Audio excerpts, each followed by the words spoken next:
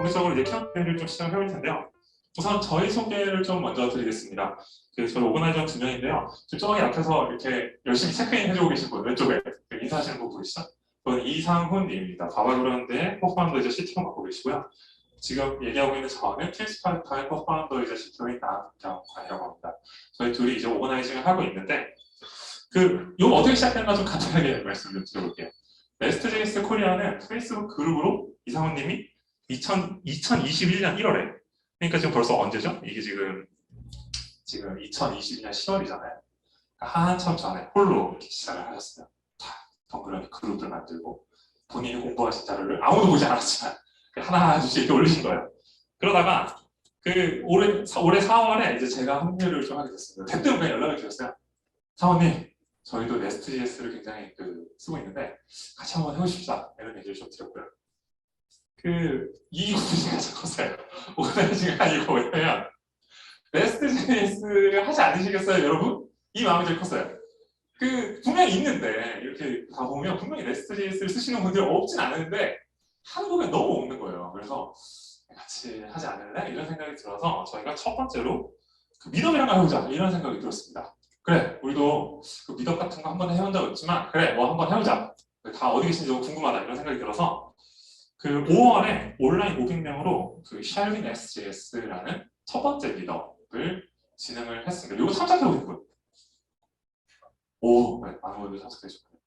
재참석 감사드립니다. 여기 이제 아주 간단해서 세계 최초 네스트JS 미덥입니다. 박수 한번 치러볼까요?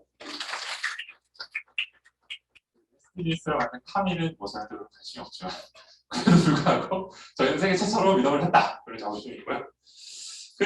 NPS 스타트업에 계신 분들 아마 이런 집 알고 계시는데 결국 만족도가 굉장히 좋았어요.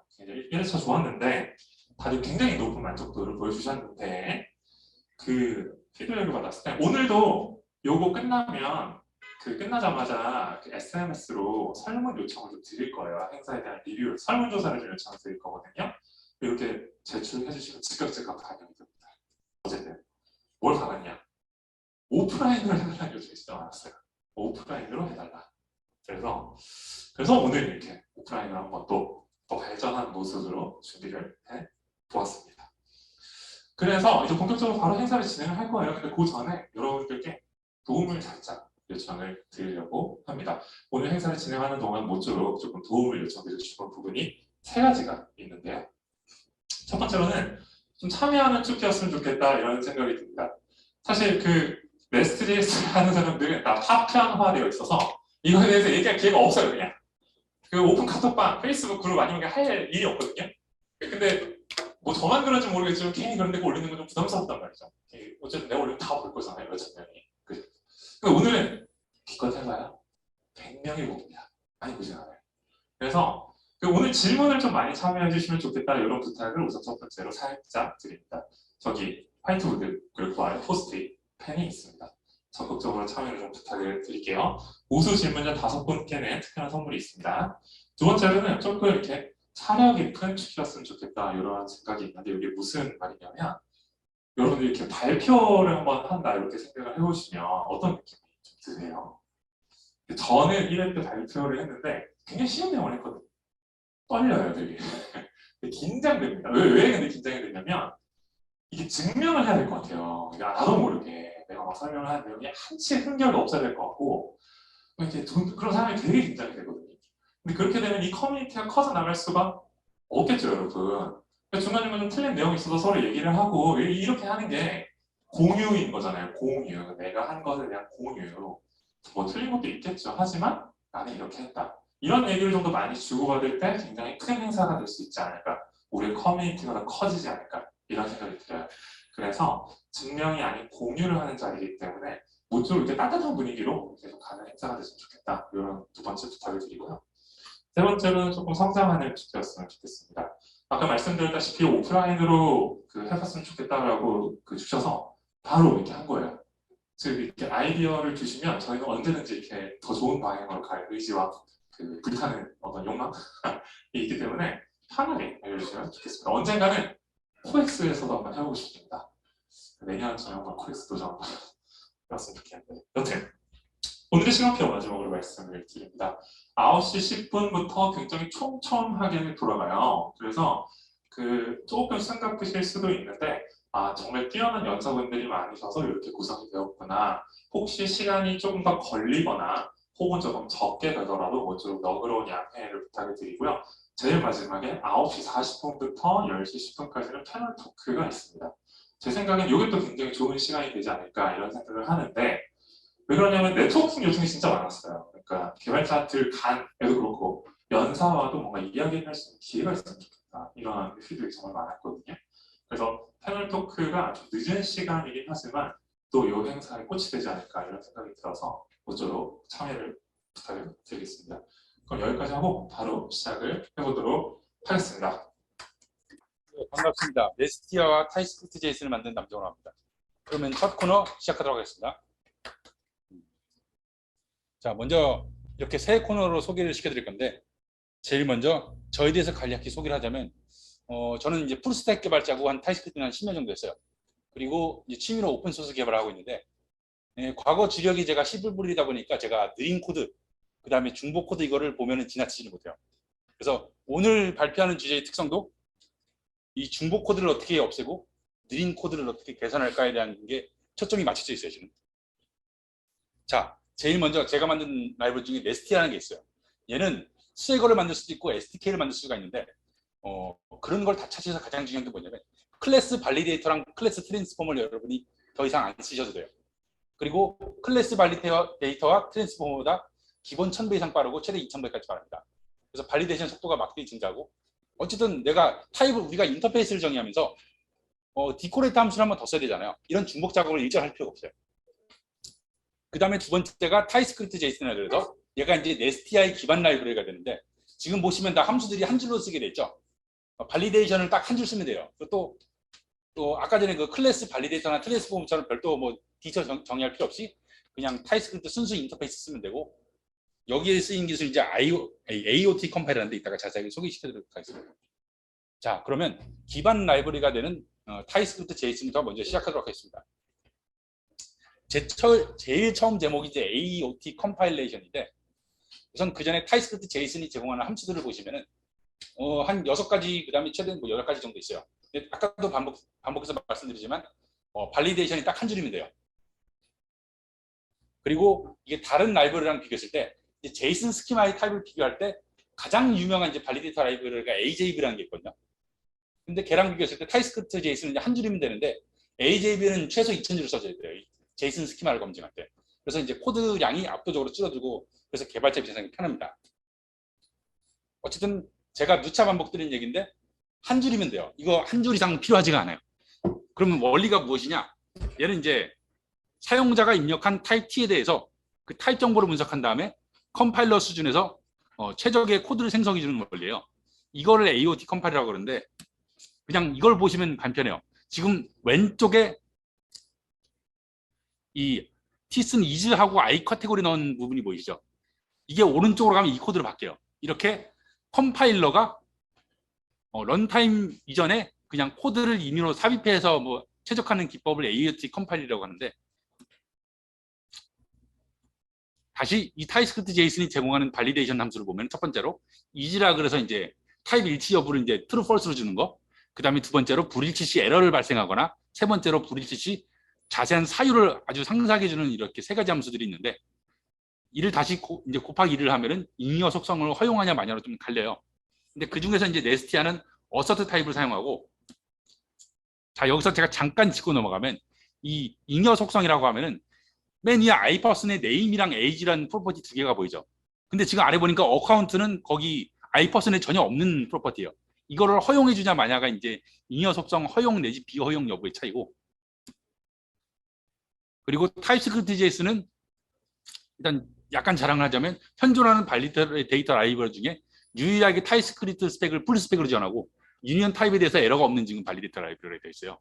지금 아까 전에 그 2000줄에 달해서 AJB가 정했던 제이슨 스키마를 보면은 원래 얘가 지금 유니언이 한 12개짜리 유니언이거든요. 12개 타입 중에 하나고 이 안에서도 트리 구조가 되게 복잡하게 이어져 있는데 자 실제로 이런 타입들을 검증해서 검증 가능 여부, 성공 실패 여부를 따져봤을 때 지금 제일 왼쪽에 보이는 타입스크립트 JSON이 전부 다 지금 체크가 들어가 있죠. 근데 우리가 이제 네스트.js 쓰는 이제 클래스 발리데이터를 보면은 어지간하면 실패나거나 에러나거나 다 틀리게 나거나 해요. 그래서 얘가 복잡한 타입을 쓰면 쓸수록 지금 현재 네스트.js 클래스 발리데이터가 이제 엉터리 결과를 내줄 때가 많은데 이 부분을 기억하고 한번 이후의 내용을 봤어요. 자, 어쨌든 타입스크립트의 이 유니언 타입은 이제 제가 생각했을 때 타입스크립트 가장 제일의 장점이 사실 이 유니언 타입이거든요. 이걸 다른 언어에서 가면 뭐 상속, 다형성 이런 걸로 해서 써야 되는데 타입스크립트는 그냥 인터페이스 레벨에서 얘가 그냥 바로 가능하기 때문에 이게 제가 제일 큰 장점이라고 생각하고 타입스크립트 JS는 이 유니언 타입에 대해서 유일하게 최적 탐색 알고리즘을 가지고 있어요. 그래서 다른 라이브러리들이 그냥 유니언 타입이 있으면 A와 B와 C와 D면은 A가 맞겠지, D가 맞겠지 이제 그 중에 하나만 맞으면 그냥 맞게 하는 이제 그런 좀 좋지 못한 알고리즘들을 쓰는데 타입스크립트는 그냥 자체적으로 최적 탐색법을 써가지고 뽑아내는데 그 결과로서 이런 속도 차이가 실제로 나는 거예요. 이 유니언 타입에 가면 갈수록 이게 격차가 이제 극심해지거든요. 다른 라이브러리들은. 물론 AJV는 그냥 클래스 발리데이터는 그냥 기본적으로 느리긴 한데 어쨌든 이 유니언 타입으로 가면 갈수록 이 타입스크립트 JSON이 압도적으로 빨라지는 그런 결과를 가지고 있어요. 자, 그리고 이제 한 가지 좀 약간 이제 재미없는 얘기를 하자면 AJV가 어쨌든 세상에서 가장 유명한 자바스크립트 진영 발리데이터 라이브러리예요. 근데 얘는 발리데이션을 위해서 제이슨 스키마 아까 2000줄짜리 걸 정리를 해야 되는데 정작 걔보고 제이슨 스키마를 발리데이션 해보세요라고 하면 걔는 발리데이션을 못해요. 유니언 타입이나 복잡한 타입을 지원을 못하기 때문인데 어쨌든 이게 제가 이제 뭐 말을 여기서 잠깐 정리하자면 어쨌든 타입스크립트 JSON이 한 줄 요약했을 때 아주 쉽고 빠르다 정도로 요약할 수가 있어요. 이외에 뭐 주석에다가 뭐 난 이메일 이건 이메일로만 쓸 거야, 뭐 UUID로만 쓸 거야, 아니면 뭐 특정 패턴에 따라 쓸 거라고 정리해주면은 타입스크립트 JSON 이 주석도 같이 분석해가지고 알맞게 이제 타입 체크를 해줍니다. 마지막으로 타입스크립트 JSON 이제 제이슨 스키마를 생성해 주는데 우리가 스웨거가 원래 이 제이슨 스키마를 써요. 스웨거가 오픈 API라 그래서 제이슨 스키마를 쓰는데 이 타입스크립트 제이슨이 제이슨 스키마를 만들어줄 수 있는데 그 또한 이제 아래 보시다시피 딱 한 줄이면 만들어줘요. 그러다 보니까 이제 얘가 또 그리고 얘가 유일하게 타입스크립트 이제 타입 스펙을 다 알아먹기 때문에 마찬가지로 현질하는 스웨거 제너레이터 중에 가장 완벽하게 오픈 API를 구성할 수 있는 그런 라이브러리가 되겠습니다. 자, 그리고 이거는 번외로 제이슨 스키마를 꼭 스웨거에서만 쓰는 법이 없어요. 제가 실제 서드 파티 라이브러리에서 활용하는 사례를 하나 보여줄 건데 자, 왼쪽에 보면 타입이 적혀있죠. 근데 오른쪽에 보면 뭔가 UI 컴포넌트들이 있어요. 이건 뭐냐? 타입스크립트 타입을 입력했더니 알아서 UI 컴포넌트를 구성해 나와준 거예요. 이런 게 가능해요, 실제로. 타입스크립트 JSON 쓰면. 서드 파티 라이브랑 연동을 해가지고 나는 IBase 타입에 대해서 한번 검사 UI로 자동으로 껐으면 좋겠는데 걔가 약간 제네릭 타입도 있고 컨디셔널 타입이라 그래서 조건 여하에 따라서 각각의 세부 타입이 달라지는 복잡한 조건이 있더라도 우측에 보듯이 그냥 적절하게 구성을 해주는 것을 볼 수 있습니다. 그리고 마지막으로 이건 꼭 제이슨 스키마만의 이야기가 아니라 타입스크립트 JSON 어쨌든 주석도 파싱할 수 있단 말이에요, 컴파일러에서. 그러다 보니까 어떤 결과가 나오냐면 자, 네스트.js 공식 가이드에 보면은 주석 쓸 때 뭐라고 쓰냐면 왼쪽처럼 쓰라고 나와요. 왼쪽처럼 이제 스트링으로 디스크립션 프로퍼티를 써가지고 이제 쓰게 돼 있어요. 근데 이게 설명이 길어지면 길어질수록 되게 코드가 이상해져요. 이게 지금 내가 뭘 쓰고 있는 건지 나는 어딘 건지 모르는 이제 끔찍한 코드가 나오는데 이게 그냥 타입스크립트 JSON 그냥 원래 늘 쓰던 그 주석을 쓰면 그대로 이제 그게 문서화하게 되기 때문에 이 점에 있어서도 편합니다. 자, 제가 여태까지 이제 타입스크립트 JSON이라 그래가지고 뭐 갑자기 어려운 AOT 컴파일이니 이런 어려운 얘기들을 했는데 지금부터는 이제 어려운 얘기는 다 제끼고 본론인 네스트에 대해서 간단하게 얘기해 보도록 하겠습니다. 자, 먼저 혹시 여기서 노트북 가진 분이 계시면은 아래 npx 네스티아 스타트 디렉터리 치는 명령어 보이시죠? 이거 실제로 지금 한번 해보셔도 돼요. 제가 잠깐 시간 드리도록 하겠습니다. 어쨌든 저 npx 네스티아 스타트 명령어를 치면은 여러분이 원하는 디렉터리에 보일러플레이트 프로젝트가 깔리고 그 안에 네스트.js 기본 구성, 그 다음에 네스티아 구성, 그 다음에 TDD 할 수 있는 환경까지 다 구성을 해드려요. 자, 그 다음에 제가 앞서서 클래스 발리데이터랑 트랜스포머 쓸 필요 없다고 했어요. 그게 전제 조건이 뭐냐면 네스티아에서 제공하는 typed body라는 디코레이터 함수를 이제 썼을 때 그래요. 저거를 쓰면은 여러분이 그 바디 타입에 정의한 타입을 이제 컴파일러가 읽어드려가지고 걔를 이제 알아서 타입 검증을 해주고 잘못된 타입을 입력하면은 400에러를 리턴해줍니다. 그래서 타입드 바디를 쓰면 여러분이 그냥 순수 인터페이스를 그대로 쓰셔도 되고 뭐 클래스 발리데이터, 클래스 트랜스포머 그런 복잡한 거 하나도 쓰실 필요가 없어요. 근데 이거는 이제 제가 아무리 맨날 말로 하는 것보다 눈으로 보는 게 간단하죠. 지금 왼쪽에 보시는 게 여러분이 익숙한 클래스 발리데이터를 구성한 코드고 오른쪽이 그냥 타입스크립트 순수 인터페이스입니다. 보면 누가 봐도 왼쪽보다는 오른쪽이 편하죠. 특히 왼쪽에 이 타입 부분을 정의한 걸 보면은 사이즈 피어처와 컬러 피어처에 대해서 유니언 타입을 어떻게 구분해야 되는지조차도 사람이 손으로 짜야 돼요. 근데 타입스크립트 JSON이나 네티아를 쓰면 그냥 이거 그대로 냅두면 알아서 타입 분배, 알아서 타입 검사해가지고 만드는 걸로 바꿔줍니다. 그 다음에 이제 누차 반복되는 얘기지만 이제 클래스 발리데이터를 안 쓰고 이렇게 순수 인터페이스에다가 STI 타입드 바디 파라미터를 쓰면은 발리데이션 속도가 이게 그냥 기본은 1000배를 깔고 들어가고 최대는 2000배까지 빨라져요. 그럼 누군가는 이제 이렇게 질문할 수 있어요. 근데 발리데이션 빨라서 뭐예요? 근데 발리데이션이 빠른 게 의미가 있는 게 우리가 네스트.js 개발하면 대부분의 작업은 CPU보다는 메인 스레드보다는 대부분 백그라운드 프로세스 일어나요. DB의 데이터를 입출력한다던가 네트워크 IO가 생긴다던가. 근데 이 발리데이션은 그냥 메인 스레드 CPU를 풀로 잡고 쓰는 연산이거든요. 근데 얘가 이게 2000배들이잖아요. 근데 이 2000배 느린 기준이 뭐냐면 저 중에서 이 어레이 유니언 익스플리시트 타입 같은 경우에도 얘가 어떤 차이점이 있냐면 얘가 클래스 발리데이터로 발리데이션이 한 1초 걸려요. 근데 이때 쓰인 데이터가 뭐냐면 우리가 흔히 구글 드라이브 같은 데서 쓰이는 그냥 파일 폴더 팀 구조에 대한 발리데이션을 하는데 이렇게 느린 거예요. 그러면 반대로 생각했을 때 메인 스레드를 1초 잡고 쓰는 연산을 발리데이션을 하는데 그럼 얘는 이 경우에는 CPU 하나의 동접이 아예 성립을 못하는 얘기밖에 안 돼요. 그래서 실제로 여러분이 클래스 발리데이터를 써가지고 네스트.js로 파일 시스템을 구현하시잖아요. 동접이 안 받아져요. 이 문제 때문에. 어쨌든 이렇게 발리데이션 속도를 빠르게 하면은 이렇게 발리데이션에서 병목이 걸려가지고 동접을 못 받고 서버 퍼포먼스가 내려가는 문제를 말끔하게 해소할 수 있다. 그 다음에 이거는 뭐 그렇게 중요하진 않은 걸 수 있어요. 타이트 로우트란 또 디코레이터 함수가 있는데 얘를 쓰면은 제이슨 변환 속도가 한 5배 정도 빨라져요. 근데 이게 뭐 아까 전에 이제 뭐 1000배, 2000배를 얘기하다가 이제 5배니까 이제 뭐야 뭐 겨우 5배밖에 안 되라고 할 수 있는데 이게 대용량 제이슨 데이터 같은 거를 이제 클라이언트에 전송하게 될 때가 되면 또 생각보다 유용합니다. 대충 어쨌든 스트링이 파이가 이 정도 빨라집니다. 그 다음에 마지막으로 이제 제가 이제 강조하고 싶었던 거 소프트웨어 디벨롭먼트 킷.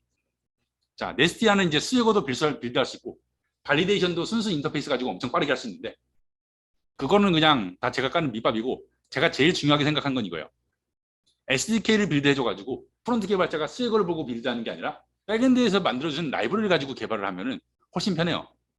이게 실제로 이제 이게 한 2019년경 실제 사례인데 SDK를 한참 잘 쓰던 프론트 개발자가 어느 날 SDK를 주지 않는 백엔드 개발자를 만나니까 들이받더라고. 이게 실제로 있고 말고가 차이가 나는데 자, 그러면 SDK는 뭐냐? 네스티아가 마찬가지 똑같은 원리예요. 네스티아가 여러분이 작성한 네스트.js 백엔드 코드를 컴파일러 수준에 분석한 다음에 그걸 클라이언트가 사용할 수 있는 연동 라이브러리를 만들어주는 거예요. 이걸 제가 이제 네스티아 SDK라고 부르는데 마찬가지로 백날 설명해봐야 필요 없고 그냥 간단하게 눈으로 보도록 하겠습니다. 자, 흔히 보는 컨트롤러예요. 컨트롤러 클래스에 업데이트라는 메소드가 있는 그런 코드예요. 그냥 전형적인 네스트.js 컨트롤러 클래스죠. 근데 이거를 네스티아 가지고 SDK를 빌드하면은 이런 코드로 바뀌어가지고 클라이언트가 호출할 수 있는 함수와 사용할 수 있는 DTO 임포트 셋으로 바뀌어요. 그러면 클라이언트 개발자는 이걸 그냥 임포트 해가지고 어싱크 어웨이트 해서 불러쓰고 DTO 정의된 거 따라가지고 자동 완성 통해서 쓰면 돼요. 이러면은 컴파일러 이제 행여나 뭐 포맷을 안 쓰고 뭐 뒤에 S를 붙이면 컴파일러가 날 거고 자동 완성 뜨니까 이제 그 안에서 설명이 다 뜨고 하니까 이제 개발하기가 훨씬 편하거든요. 원래 같은 경우는 이제 프론트 개발자가 수익어를 해독하고 해야 되는데 그런 과정이 다 없어지는 거예요. 그래서 원래 프론트 이제 역대까지는 이제 프론트 개발자가 수익어 문서를 받으면 그 문서를 먼저 첫째로 해독을 해야 돼요. 그 다음에 거기 적힌 이제 DTO를 중복을 이제 똑같이 이제 자기도 따라서 구현해야 되고, 마지막으로 API를 따라가지고 패치나 엑시오스 함수들을 또 만들어줘야 돼요.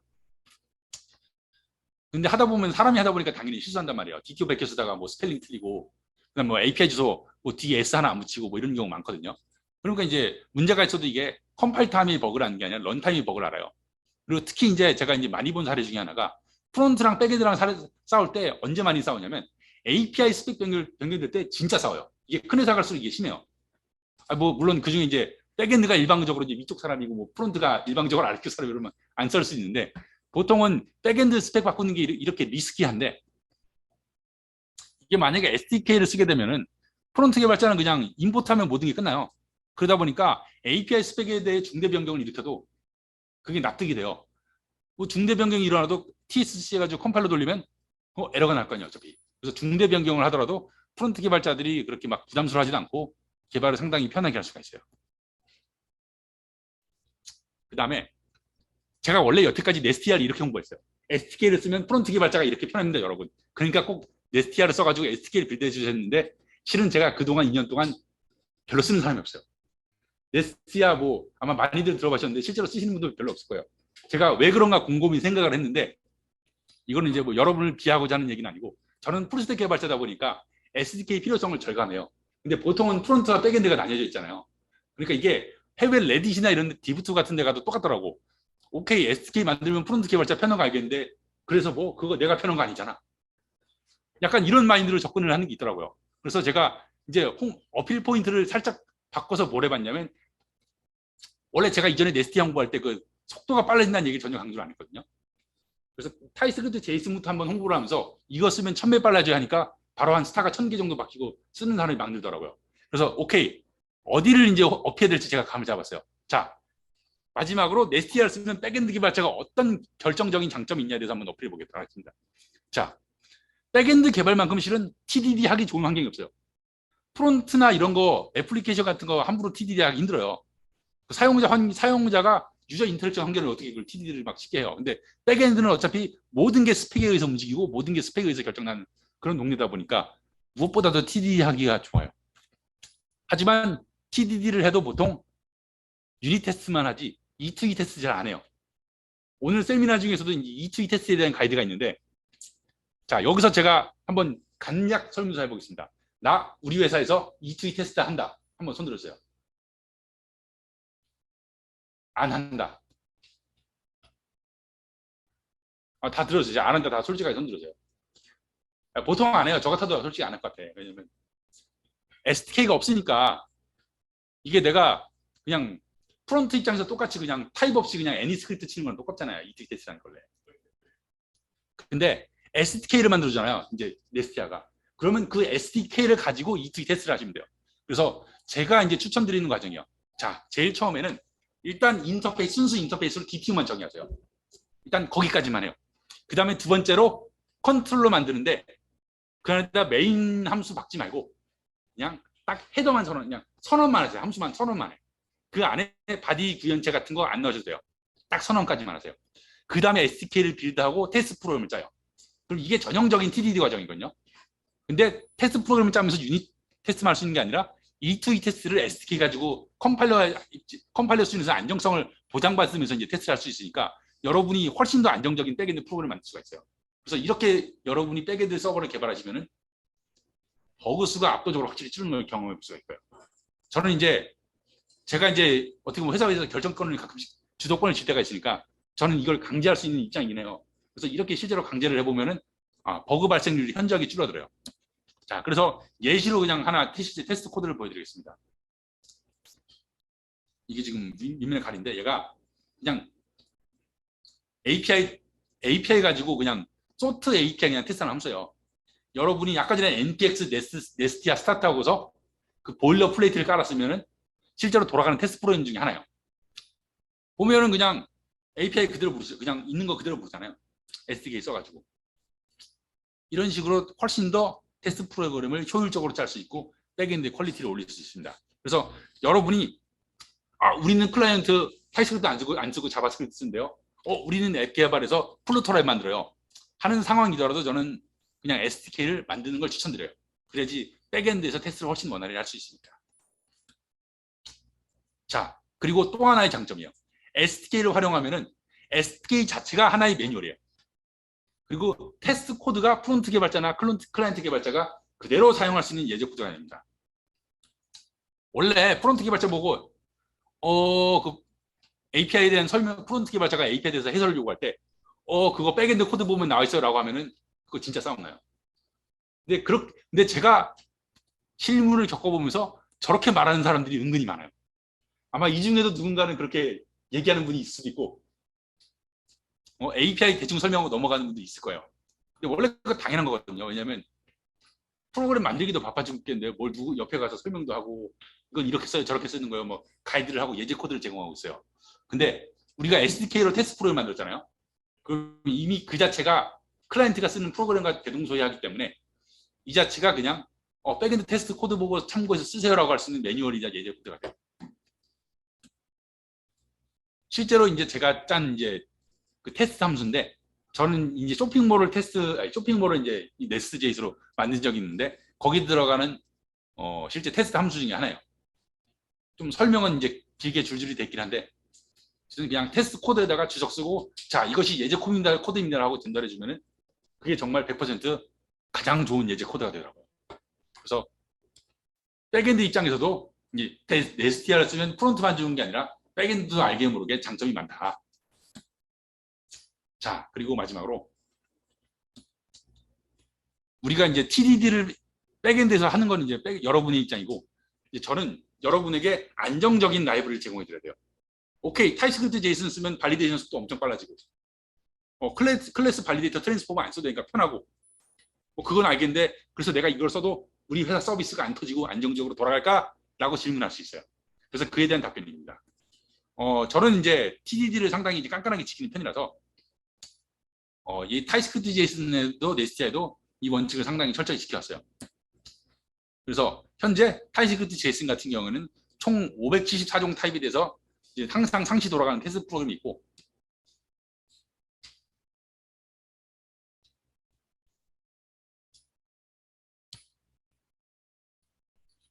어디 있지? 이 URL을 실행시키고 싶으신 거예요? 예. 여기 근데 좀 하나도 공부가 안 돼서 잠시만요.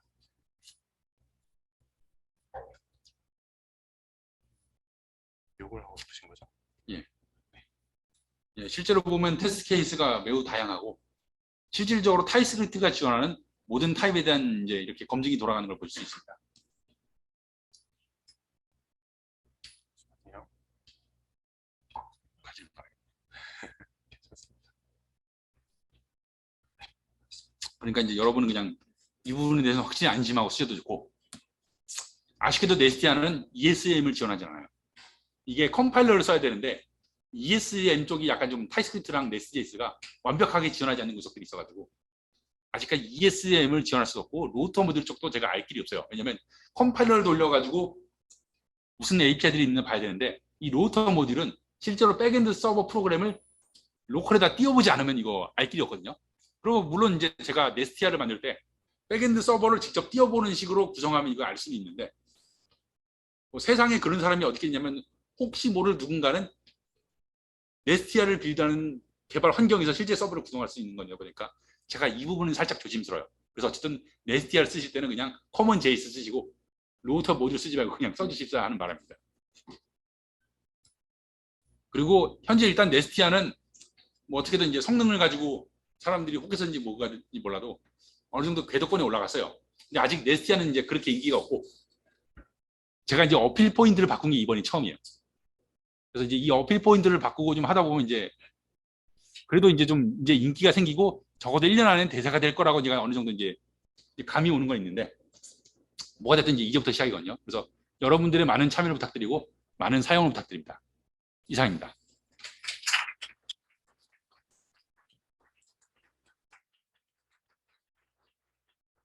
저는 이번에 네스트.js에서 서버리스 기반 트랜스코딩 파이프라인이라는 주제로 발표를 하게 된 조원일입니다. 반갑습니다.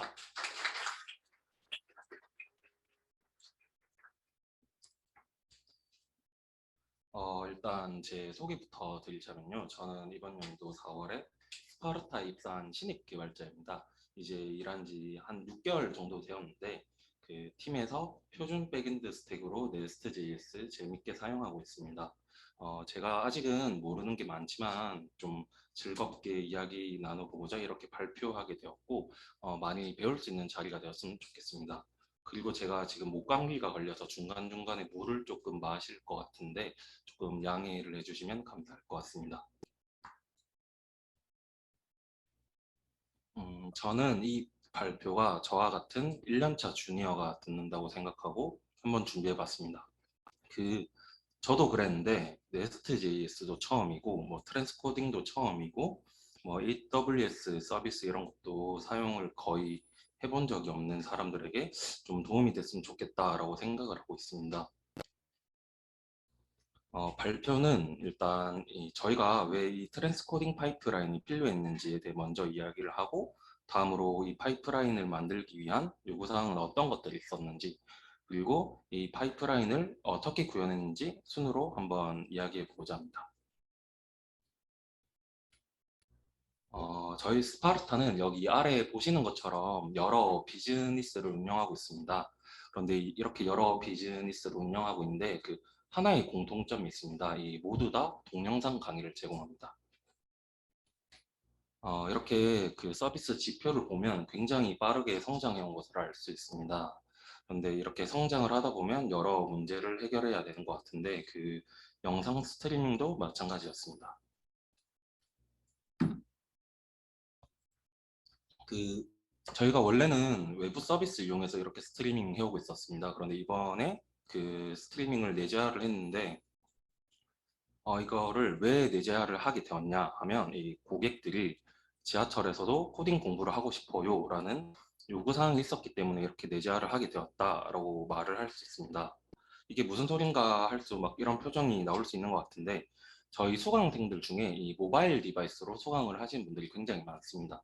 그러다 보니까 이 데스크탑보다 훨씬 네트워크 환경이 불안정한 이 모바일 디바이스 경우 저희가 스트리밍을 조금 더 잘 했어야 됐던 그런 거죠. 예. 그러다가 이 불안정한 네트워크 환경에서도 어떻게 이 스트리밍을 잘 할 수 있을까 하다 어댑티브 비트레이트 스트리밍이라는 걸 알게 됩니다. 이걸 쉽게 그 이야기하면 그 여러 화질의 영상들을 준비를 해두는데 초단위로 잘린 여러 화질의 영상들을 준비를 해두고 이 그 네트워크 환경에 맞춰서 그때그때 맞는 이 영상을 스트리밍하는 기술을 어댑티브 비트레이트 스트리밍이라고 합니다. 그 다들 유튜브 많이 보시겠지만 그 유튜브 보다 보면 그 화질이 좀 낮아졌다가 다시 올라갔다 뭐 그런 것들을 많이 볼 수 있는데 뭐 그런 기술이라고 생각을 하시면 될 것 같습니다. 네, 그 트랜스코딩이라고 하면 하나의 영상을 다른 포맷의 영상으로 이 변환하는 작업을 의미합니다. 그런데 그 아무래도 이 다른 포맷으로 변환하는 작업이다 보니까 그 많은 연산을 요구로 하죠. 그 많은 연산을 요구로 한다는 건 기본적으로 시간이 많이 걸린다는 건데 이 어댑티브 비트레이트 스트리밍이 적용이 가능한 걸로 트랜스코딩 하려면 하나의 영상을 여러 화질의 영상으로 트랜스코딩 해야 되다 보니까 이게 시간이 더 많이 걸립니다. 이게 영상 하나일 때는 상관이 없는데 뭐 예를 들어 뭐 한 번에 뭐 100개를 해야 된다 아니면 50개를 해야 된다 이러면 이거 서버 하나를 사도 계속 할 수도 없는 노릇이고 아니면 그렇다고 매번 있는 일도 아닌데 뭐 서버 뭐 그때그때 뭐 100개 사서 할 수 있는 노릇도 아니고 그러다 보니까 뭐 이런 문제를 해결했어야 됐던 거죠. 그러니까 뭐 파이프라인이 필요했다 이렇게 생각하시면 될 것 같습니다. 네, 그래서 이거를 제가 한번 신입이지만 한번 해보기로 했습니다. 네, 다음으로는 이 파이프라인에서 어떤 요구사항이 있었는지 한번 이야기를 해보겠습니다. 저희가 첫 번째로 기능인데요. 처음으로 이 파이프라인에서 세 가지 자원을 다룹니다. 영상, 이미지, 자막.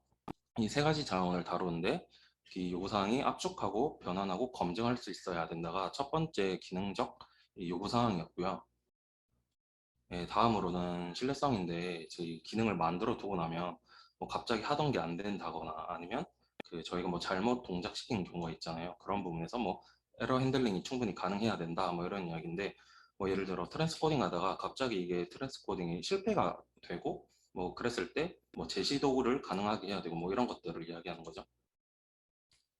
네, 다음으로는 확장성인데 그 앞에서 그 말씀드렸다시피 이 영상 여러 개를 직렬적으로 처리하면 시간이 굉장히 오래 걸리죠. 그러니까 이 병렬적으로 처리를 뭐 해야 된다. 그러니까 스케일 아웃이 자동으로 되었다가 스케일 인이 자동으로 되어야 된다. 뭐 이런 이야기라고 생각하면 될 것 같습니다. 다음으로는 유지 보조성인데 그 트랜스코딩이 CPU 자원을 굉장히 하드하게 쓰다 보니까 저희가 가급적이면 이 프로비저닝에 대해서는 좀 신경 쓰지 않았으면 좋겠다라는 그런 작은 바람이 있었고요. 그리고 이게 파이프라인에서 트랜스코딩만 하는 게 아니고 또 그 영상을 업로드하고 다운로드하고 뭐 이런 여러 작업들, 일련의 작업들을 굉장히 뭐 많이 하게 되는데 뭐 갑자기 그 서드 파티가 바뀔 수도 있고 또 어, 네, 서드 파티가 바뀔 수도 있고 갑자기 뭐 변환하는 작업들이 조금 바뀔 수도 있어서 이 부분에 있어서 그 코드에 대한 유지 보수성도 좀 생각해야겠다 이렇게 생각을 했습니다. 네, 그래서 이렇게 세 가지 단어에 도달하게 되었는데 그첫 번째로 유지 보수성을 생각했을 때 그 Nest.js가 모듈별 개발을 굉장히 용이하고 또 의존성 주입이 굉장히 편리하다 보니까 Nest.js를 써야겠다라고 생각을 했고 또 앞에서 프로비저닝을 신경 쓰지 않고 스케일 인아웃을 하고 싶다 해서 서버리스를 쓰자 이렇게 됐고 이 각각의 모든 일들이 이 동기적으로 일어나면 문제가 많이 발생하니까 그 비동기적으로 일어나게 해야겠다라고 생각해서 그 메시지 큐를 쓰게 되었습니다.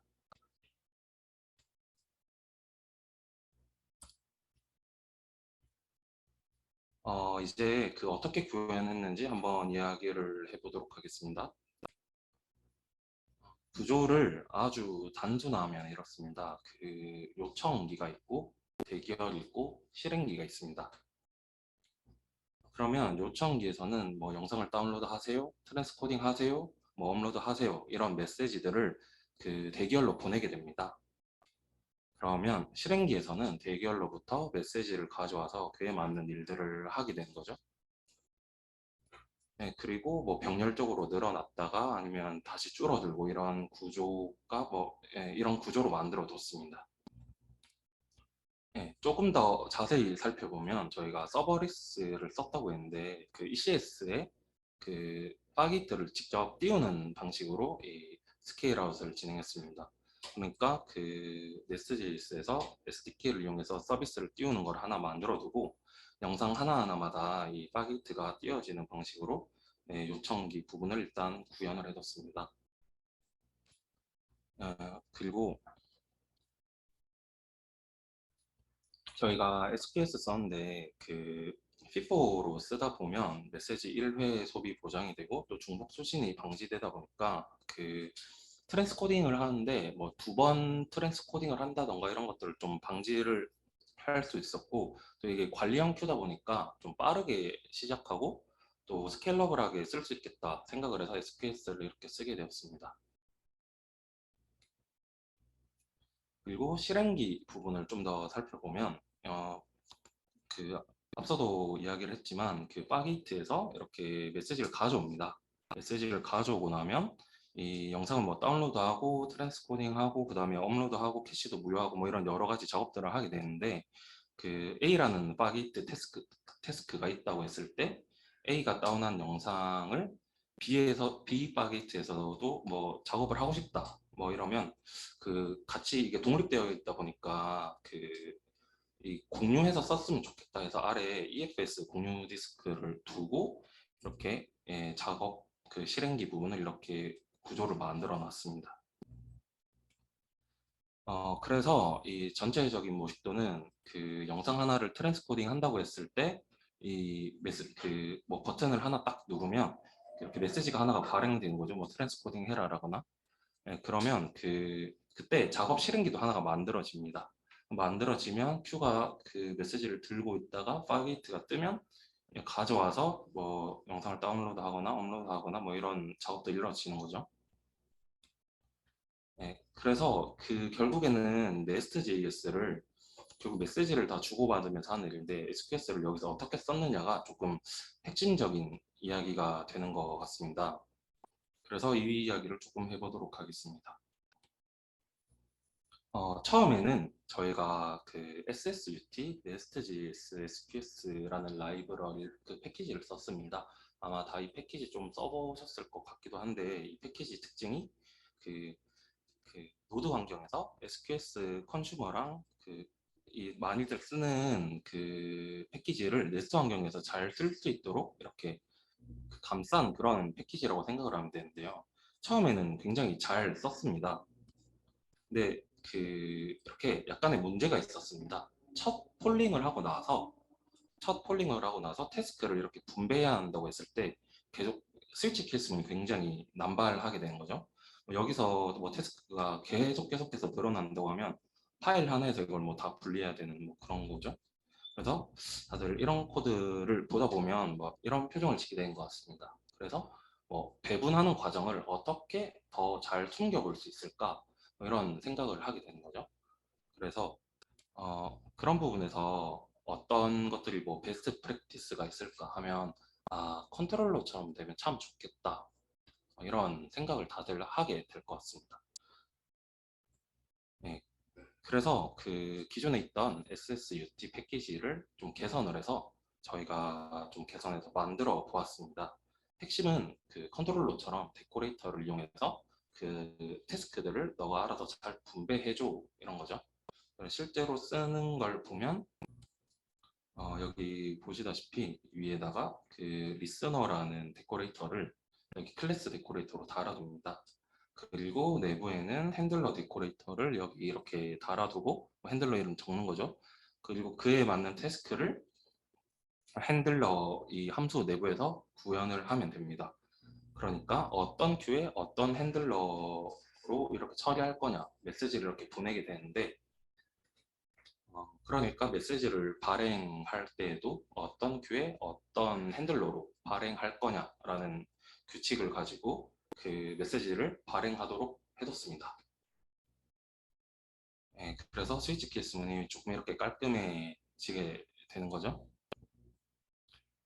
그래서 어떤 게 좋았냐 하면 사실 제가 제일 좋았던 거는 파일별로 나눌 수 있다는 게 가장 좋았습니다. 이게 별거는 아닌 것 같지만 이렇게 파일별로 나눌 수 있게 되면 혼자 코딩을 하는 경우는 뭐 상관이 없겠지만 그 파일별로 나누고 관심사를 나눠서 코딩을 하면 이런 작은 것들이 전체적인 협업에 있어서 굉장히 큰 생성성에 영향을 미치잖아요. 그래서 저는 개인적으로 이게 제일 좋았던 것 같고요. 그래서 어떻게 구현했냐 하면 이 두 가지가 핵심인 것 같습니다. 셋 메타데이터랑 디스커버리 서비스인데 이 디스커버리 서비스는 네스트 코어 디스커버리 서비스는 아니고요. 그 네스트.js 플러스 디스커버리 서비스인데 셋 메타데이터는 일단 이름표를 붙여주는 역할을 하고 다음에 그 붙여진 이름표를 디스커버리 서비스로 찾아간다 라고 생각하시면 됩니다. 그래서 이거 다들 잘 아실 것 같은데 이 데코레이터를 셋 메타데이터로 이렇게 만드는 과정입니다. 그 메타데이터 키 값을 여기 두고 그 다음에 이렇게 셋 메타데이터 통해서 그 데코레이터를 만드는 거죠. 그러니까 데코레이터가 만들어졌다는 게 뭐 이름표가 만들어졌다라고 생각을 하면 되고 이거를 실제 코드에서 이렇게 붙입니다. 실제 코드에서 데코레이터를 이렇게 붙여주면 이제 그 만든 이름표를 잘 찾아가야 되잖아요. 그런데 아까 디스커버리 서비스로 이 만든 이름표를 찾아가는 거죠. 언제 찾아가느냐인데 그 네스트.js 라이프 사이클 이벤트 중에 onModule init이라는 구간이 있습니다. 이 구간에서 디스커버리 서비스를 이용해서 이름표를 찾아가는 거죠. 실제 코드를 보면 여기 onModule init 그 인터페이스를 임플리멘테이션을 하고 디스커버리 서비스가 여기 있는데 이걸 이용해서 onModule init 안에서 이렇게 찾는 거죠. 예, 예.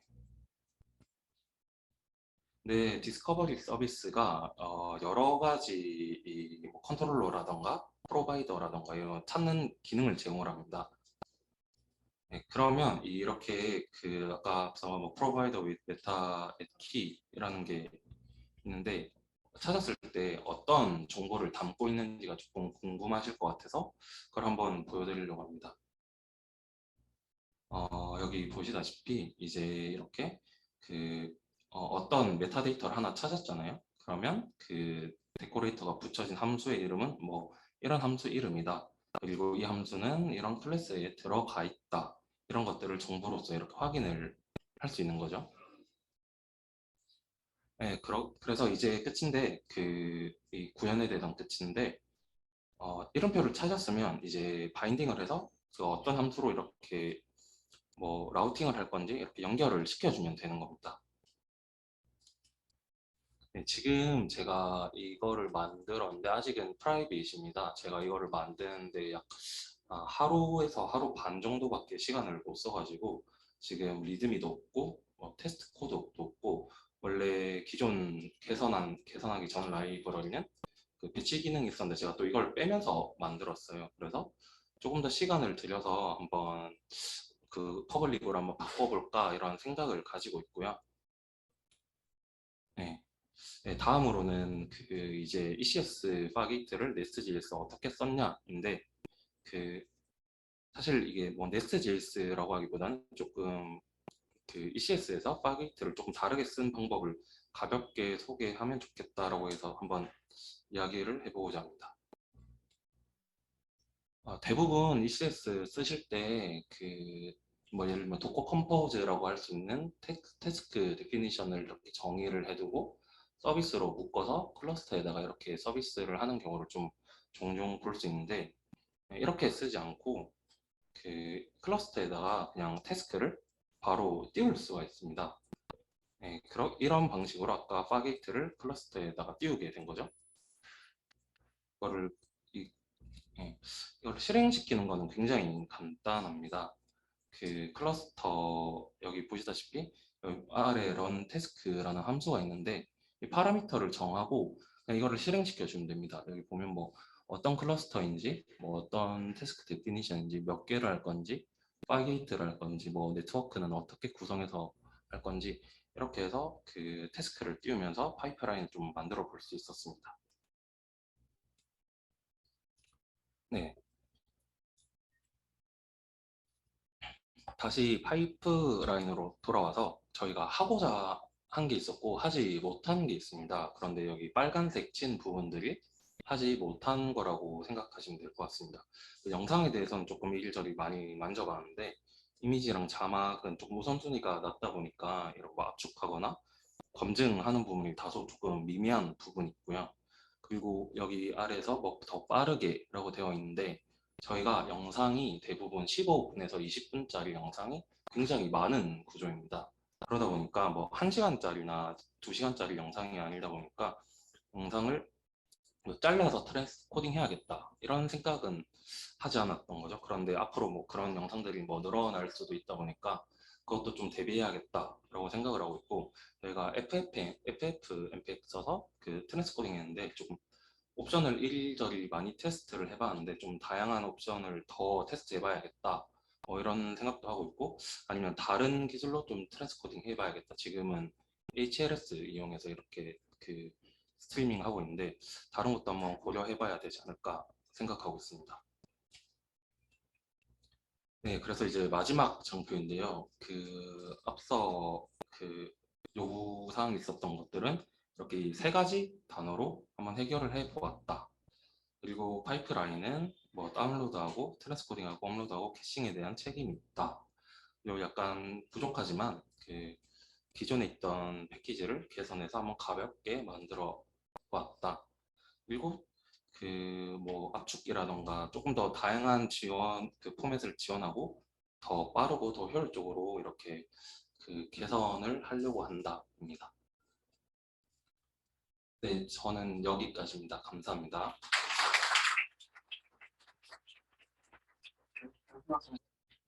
아, 혹시 시작해도 될까요? 안녕하세요. 저는 토스에서 노드.js 디벨로퍼로 일하고 있는 김인성이라고 합니다. 반갑습니다. 이 팀원들이 뭐 플랜카드 열심히 만들어 왔는데 좀 주접이긴 하지만 고운 눈으로 봐주시면 감사하겠습니다.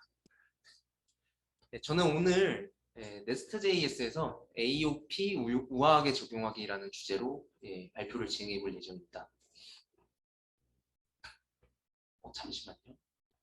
장표가 안 넘어가네. 예. 혹시 여러분은 모두 AOP에 대해서 알고 계신가요? AOP를 AOP는 Aspect Oriented Programming이라고 하는데요. 한국말로 하면 이제 관점지향 프로그래밍이라고 하죠. 사실 이렇게 말해도 좀 바로 와닿진 않을 것 같아요. 조금 풀어서 설명을 해보면은 이제 객체지향 프로그래밍을 할 때 각 클래스별로, 각 관심사별로 책임별로 클래스를 나누게 되는데요. 이때 뭐 로깅이나 캐시처럼 공통 관심사가 생기기 마련이에요. 이런 관심사들을 횡단 관심사라고 하는데요. 이런 횡단 관심사를 우아하게 좀 처리하기 위해서 나온 방법론이라고 저는 생각을 합니다. 그래서 네스트.js에서 AOP를 어떻게 적용하는데 라고 모두들 생각하실 것 같아요. 그래서 지금부터 한번 설명을 드려보려고 합니다. 저희 팀에서 네스트.js에서 AOP를 어떻게 적용할 수 있을지 한번 찾아보기 위해서 구글링을 한번 해봤어요. 모두들 개발하실 때 구글링 하시죠? 네, 그래서 한번 쳐보니까 두 번째 검색에 이제 네스트.js 공식 문서가 나오더라고요. 이 공식 문서를 딱 들어가 보니까 네스트.js에서는 AOP를 인터셉터를 활용해서 구현하라고 가이드하고 있어요. 해서 바로 해봤습니다. 로깅 인터셉터 예제를 그대로 복사해서 붙여넣고 간단한 예제 클래스 짜서 만들어 보았어요. 잘 동작하더라고요. 근데 좀 문제가 있더라고요. 약간 네스트 인터셉터 인터페이스를 한번 확인해 보니까 이 해당 인터페이스에서 익스큐션 콘텍스트라는 걸 의존하고 있는데 이 익스큐션 콘텍스트라는 친구 때문에 컨트롤러에서밖에 이 AOP를 적용할 수밖에 없는 거예요. 저희가 사실 여러 서비스를 만들고 여러 가지 요구사항들을 해결하기 위해서 제품들을 만들잖아요. 근데 컨트롤러에서밖에 로깅을 적용 못하고 캐시를 적용 못하고 하는 거는 사실 좀 저희의 요구사항에 맞진 않는 것 같죠? 해서 저희가 이 문제를 해결하기 위해서 한번 탐험을 떠나볼 예정입니다. 간단하게 예제 클래스를 하나 만들어 봤어요. 이제 유니크 아이디 팩토리라는 클래스인데 그냥 어떤 이제 데이터를 넣어주면은 한 유니크하게 좀 값을 만들어주고 싶어요. 근데 여기에 캐시어블이라는 데코레이터를 하나 달아놨어요. 사실 어떻게 보면 AOP를 해결하기 위해서 캐시 로직을 그냥 이렇게 만들면 되지 않나 라고 했을 때 이제 캐시어블이라는 저 메서드를 그냥 타입스크립트 데코레이터로 만들면 되는 거 아니야? 라고 모두들 생각하실 것 같아요. 그래서 간단하게 한번 만들어 봤습니다. 사실 뭐 모두들 아마 데코레이터 많이 써보셨을 것 같아요. 그러면은 AOP 그냥 끝난 거 아닌가? 저는 발표 여기서 종료하면 되는 건가? 이렇게 흐뭇해하고 있었는데 사실 저희가 캐시 로직을 만들 때 엄청 여러 가지 요구사항이 있는 것 같아요. 뭐 로깅도 남겨야 되고 뭐 옵셔널하게 이니셜라이즈도 해야 되고 하다 보면은 사실 네스트.js에서 이제 제공하고 있는 DI로 생성된 인스턴스를 활용하고 싶은 마음이 막 솟구치더라고요. 해서 네스트.js DI를 통해 생성된 인스턴스를 활용해서 데코레이터를 만들어 보려고 했어요. 여기 코드를 잠깐 좀 보면은 이제 아까 만든 캐시어블 데코레이터 함수 아까 거기서 조금 진화를 시켜 보았어요. 혹시 이 코드를 보고 바로 이해가 안 가실 수도 있거든요. 이제 사실 그 DI를 통해서 생성된 인스턴스를 접근하는 방식을 고민하다가 저 캐시어블 데코레이터에 이제 저 디스 이제 데코레이터가 실행되는 시점에 디스가 멤버 변수에 접근할 수 있더라고요. 이를 통해서 DI로 생성된 캐시 서비스에 접근할 수 있고 이를 통해서 캐시 로직을 만들 수 있게 되었어요. 근데 여러분도 보시는 것처럼 유니크 아이디 팩토리라는 클래스에서 이제 캐시 서비스라는 의존성을 가지게 되었는데 어떻게 보면은 유니크 아이디 팩토리가 가질 관심사는 아니잖아요. 캐시 아이디 서비스가. 그리고 캐시어블 데코레이터 함수에서 지금 캐시 서비스라는 어떤 디스에서 꺼내왔는데 이게 사실 타입 추론이 잘 안 돼요. 이제 새로운 팀원이 왔을 때 왜 의존시켰어? 저거 타입 왜 이렇게 했어? 라고 했을 때 저는 할 말이 없어지는 거죠. 그래서 조금 더 좋은 방법이 없을까 고민하기 시작했어요. 서비스 클래스에서 불필요한 의존성을 없애보는 거에 대해서 한번 진행을 해봤어요. 아까 보였던 캐시 서비스예요. 어떻게 보면은 해당 이 캐시 서비스가 인스턴스화 됐을 때 그것들을 데코레이터 메서드에서 데코레이터 함수에서 가져다 쓸 수 있는 방법을 찾아야 됐어요. 그래서 조금 아마 이 코드 보고 어떤 분은 웃으실 수도 있으시겠지만 좀 고민을 하다 보니까 인스턴스를 꺼내올 수 있는 방법이 뭐가 있을까를 몰랐을 때 이제 네스트.js 어플리케이션이 이니셜라이즈 됐을 때 이 클래스를 꺼내올 수가 있더라고요. 이렇게 꺼내온 다음에 글로벌 객체에다가 등록을 해놓고 캐시업을 데코레이터 함수에다가 이렇게 캐시 로직을 짰어요. 여러분 이게 좀 자연스러워 보이신가요? 아마 이런 코드를 좋아하시면 아마 팀원이 별로 안 좋아할 수도 있을 것 같아요. 그래서 어떻게 해야 될까? 이것들을 좀 우아하게 바꿀 수 있는 방법이 없을까? 계속 고민하기 시작했어요. 그래서 Nest.js 라이프 사이클에 맞춰서 일반적으로 적용할 방법을 찾기 시작했어요. 아까 캐시 서비스는 그 오브젝트를 다 일일이 다 등록해줘야 되고 거기에 대해서 그걸 꺼내다가 데코레이터 만들어줘야 되고 어떻게 보면 좀 일반적이진 않잖아요. 그래서 라이프 사이클에 대한 문서를 한번 찾아봤어요. 이제 그 앞에 지금 발표해주신 헌일님께서 온모듈 이닛에 대해서 간단하게 말씀을 해주셨었는데 좀 앞에서 말씀을 해주셔서 좀 도움이 많이 되는 것 같아요. 그래서 온모듈 이닛이 호출되는 시점은 이제 Nest.js IOC 컨테이너의 인스턴스들이 모두 초기화된 다음에 호출이 되거든요. 그러면은 저희가 이 IOC 컨테이너의 인스턴스들이 다 적재가 된 다음에 저희가 데코레이터를 적용하고 싶은 클래스를 찾아서 여기에 데코레이터 메서드를 덮어 씌워주면 되지 않을까라고 생각을 하기 시작했어요. 캐시어블 함수 계속 보여드리고 있는데 이 뭐 디스크립터 밸류에다가 저렇게 함수를 이제 덮어 씌우는 과정이 있잖아요. 어떻게 보면은 이 과정을 인스턴스가 다 초기화된 다음에 수행하면은 저희가 하고 싶은 걸 할 수 있지 않을까라고 생각하게 됐어요. 혹시 조금 너무 빠르지 않나요? 제가 긴장을 해서 해서 저희가 이제 AOP 데코레이터 오토바인더라는 걸 생각해냈어요. 어떻게 보면은 조금 다시 한번 풀어서 설명을 해보면은 IOC 컨테이너에 이제 저희가 데코레이터를 씌우고 싶은 타겟 클래스 인스턴스가 있고 이 클래스 인스턴스를 죄송해요 넘어갔네. 이 클래스 인스턴스에 이 클래스 인스턴스의 메서드에 접근을 해서 그 메서드를 덮어 씌우면은 저희가 원하는 바를 이룰 수 있죠. 앞에서 디스커버리 서비스를 잠깐 소개를 해주셨는데 아까 뭐 저희는 이제 Nest.js 코어에 있는 디스커버리 서비스를 사용했었거든요. 그래서 그걸 아마 한번 감싼 라이브러리를 쓰신 것 같더라고요. 그래서 이 디스커버리 서비스의 get providers라는 메서드를 보면은 얘는 IOC 컨테이너에 이제 인스턴스화된 그런 IOC 컨테이너 안에 들어있는 인스턴스들을 불러올 수가 있어요. 그래서 다시 한번 설명드려보면 디스커버리 서비스를 통해서 IOC 컨테이너에 있는 모든 인스턴스들을 불러오고 거기에 저희가 데코레이터를 씌우고 싶은 타겟 클래스 인스턴스를 찾은 다음에 메서드를 덮어 씌울 거예요. 그러면 어떻게 그걸 찾고 어떻게 그걸 덮어 씌울 수 있을까 고민되기 시작했어요.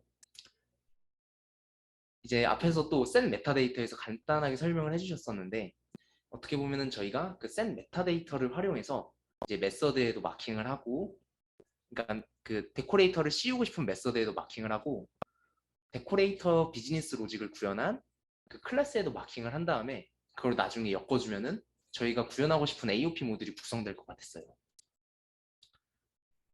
해서 지금부터 한번 그 과정을 천천히 한번 설명해 보려고 해요. 지금 뭐 푸서비스의 푸메서드에 캐시어블 데코레이터를 달고 싶어요. 근데 이 캐시어블 데코레이터를 만들 때 아까 메타데이터 관련돼서 잠깐 말씀을 드렸었잖아요. 간단히 마킹을 한다 라고 말씀을 드렸었는데 이 캐시어블 데코레이터는 지금 하는 게 그냥 캐시어블이라는 어떤 심볼을 마킹하는 것밖에 없어요. 즉 이 코드에서 지금 이 코드가 그냥 단순히 실행됐을 때는 변화가 아무것도 없죠. 그리고 에스펙트라는 데코레이터도 사실 그냥 마킹만 할 뿐 아무것도 하는 게 없어요. 저희가 밑에 코드를 보면은 캐시업을 데코레이터라는 클래스를 하나 만들었어요. 그리고 에스펙트라는 데코레이터를 달아놨거든요. 그러면은 이 클래스에는 그냥 마킹이 됐을 뿐이지 어떠한 변화도 가해지지 않았어요. 조금 과정이 복잡하다 보니까 좀 반복해서 계속 말씀드리는 부분이 있을 것 같아요. 그래서 아까 데코레이터에서 이제 디스크립터의 밸류에 함수를 덮어 씌우는 과정이 있었잖아요. 이 과정을 캐시어블 데코레이터의 랍이라는 메서드의 리턴 값으로 덮어 씌우면은 저희가 원하는 동작을 할 수 있을 것 같아요. 캐시어블 데코레이터 대상과 그리고 데코레이터 로직을 짜놓은 클래스 이렇게 같이 모아놓고 한 번 더 보면은 푸 서비스의 캐시어블 데코레이터는 사실 푸 메서드에 그냥 마킹만 했을 뿐이지 아무것도 하지 않았고 캐시어블 데코레이터 클래스의 에스펙트 데코레이터는 이것도 역시 그냥 마킹만 했을 뿐 아무것도 하지 않았어요. 그러면 이제 이걸 엮어주기만 하면 되는 거잖아요. 저희가 지금까지 앞에서 봤던 거는 이 빨간 박스 안에 있던 행위들을 지금 구현해 놓은 거예요. 좀 뭔가 긴 코드가 나왔죠. 아마 눈에 확 안 들어오실 텐데 저희가 이 코드, 이 두 개의 마킹을 매핑하는 로직들을 좀 자세히 한번 설명드리고 싶어요.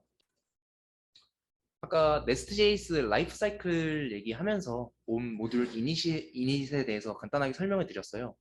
인스턴스들이 모두 초기화됐을 때 이제 수행이 된다라고 이해를 해주시면 될 것 같아요. 그리고 디스커버리 서비스 get providers라는 메서드를 통해서 인스턴스에 초기화된 모든 프로바이더들을 불러올 거예요. 그리고 이 프로바이더들 안에는 저희가 아까 데코레이터 캐시어블 데코레이터 로직 구현해 놓은 클래스들 있잖아요. 해당 그 인스턴스도 있을 거거든요. 그런 그런 데코레이터 로직들이 담겨 있는 인스턴스들을 찾아올 거예요. 이 룩업 레이지 데코레이터즈를 좀 더 자세히 보면은 그 아까 에스펙트라는 그 데코레이터를 통해서 이 에스펙트 심볼을 마킹해 놨잖아요. 이 심볼이 마킹된 클래스들을 찾아오는 겁니다. 그 다음에 이제 모든 프로바이더들, 그러니까 아까 디스커버리 서비스에서 겟 프로바이더스들에서 가져온 모든 프로바이더들이 있잖아요. 저희가 구현한 서비스 클래스들. 그런 서비스 클래스들을 모두 순회하면서 그 안에 메타데이터 스캐너라는 이제 저 클래스를 활용해서 이제 거기 안에 있는 메서드들을 순회할 거예요. 저희가 메서드들에 아까 데코레이터를 달아놨잖아요. 그 메서드들을 순회하면서 이제 에스펙트 데코레이터에 캐시어블이라는 키를 하나 씌워놨는데 그 캐시어블이라는 메타데이터 키를 또 가져올 거예요. 그리고 이 캐시어블이라는 메타데이터 키를 통해서 이제 푸 서비스의 푸 메서드를 찾아낼 거거든요. 어떻게 보면은 그러니까 캐시어블이 적용된 모든 클래스를 순회하면서 모든 클래스를 순회하면서 캐시어블이 적용된 메서드들을 찾아내는 거죠. 이렇게 메서드들을 찾아냈을 때 이제 저희가 기존에 작성하던 타입스크립트 데코레이터처럼 그냥 함수를 덮어 씌워줄 거예요. 이 랍의 리턴 값으로. 어떻게 해요? 좀 길게 설명을 했었는데 모두 너무 빨랐었나요 혹시? 예. 네. 그래서 이렇게 해서 오토바인더를 만들었고요. 이를 통해서 저희는 이제 AOP 모드를 좀 더 자유롭게 쓸 수 있게 되었어요. 그래서 이 AOP 모드를 토스에서 어떻게 쓰고 있는지 좀 간단하게 보여드리려고 해요. 좀 저희 코드들 좀 일부 잘라가지고 간단하게 좀 가져왔는데 이제 뭐 throw then 뭐 이런 거 했을 때 뭐 로깅을 한다든지 아니면 뭐 저녁 스테이터스를 업데이트 해준다든지 아니면은 뭐 저기 us라는 저 메서드에 뭔가 캐싱을 이용해서 세션을 재활용하는 로직들이라든지 약간 이런 다양한 로직들을 좀 공통 관심사들을 해결할 수 있었어요. 저희가 구현한 AOP 모듈의 좀 장점을 설명해 보면은 AOP 구현이 훨씬 쉬워요. 지금 무슨 소리야 이렇게 말씀하시는 분들도 있을 것 같아요. 사실 오토바인더만 제대로 구현을 해놓으면은 저렇게 데코레이터 그냥 하나 달아놓고 저희가 데코레이팅을 하고 싶은 메서드에 그냥 그 심볼을 공유하면 되는 거거든요. 장점 두 번째로는 AOP가 적용된 클래스의 테스트가 정말 쉬워요. 기존의 데코레이터를 달면은 이제 클래스를 인스턴스화 시켰을 때 사실 그 데코레이터가 평가되기 때문에 사실 그 데코레이터를 감안하고 테스트를 하거나 아니면 모킹을 해줘야 되는 그런 부자연스러움이 생기거든요. 근데 사실 캐치어블 데코레이터가 아까 몇 번이고 말씀드렸지만 그냥 심볼을 단순히 마킹하는 역할만 할 뿐이지 그 로직에 어떤 변화를 주진 않거든요.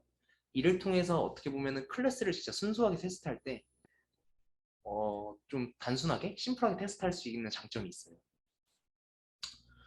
장점 세 번째로는 인터셉터에 비해서 의존성 관리를 좀 자유롭게 할 수 있다 라고 표현을 해놨는데 좀 다양한 내용이 들어가 있는 것 같아요. 이제 Nest.js 공식 문서에서 가이드하는 AOP를 구현하는 방식 그대로 따르면 인터셉터들을 글로벌로밖에 이제 정의를 할 수가 없어요. 그렇게 되면은 사실 어떤 모듈 하나 라이브러리로 만들거나 그런 것들에 제약이 생기기 마련이거든요. 서비스랑 가까워야 되겠네. 그래서 그런 것들을 좀 더 모듈화하고 제가 라이브러리로 만들어서 다른 개발자한테도 제공해 줄 수 있는 수단이 되는 거죠. 그래서 오픈소스에 올렸는지 궁금해 하시는 분들이 많으실 것 같은데 일단 Nest.js 오픈소스에 PR을 한번 올려봤었는데 지금 클로즈 됐죠. 눈물이 납니다. 카멜령이 뭐 제안은 고맙지만 조금 Nest.js 기본 기능에 좀 벗어나는 것 같다.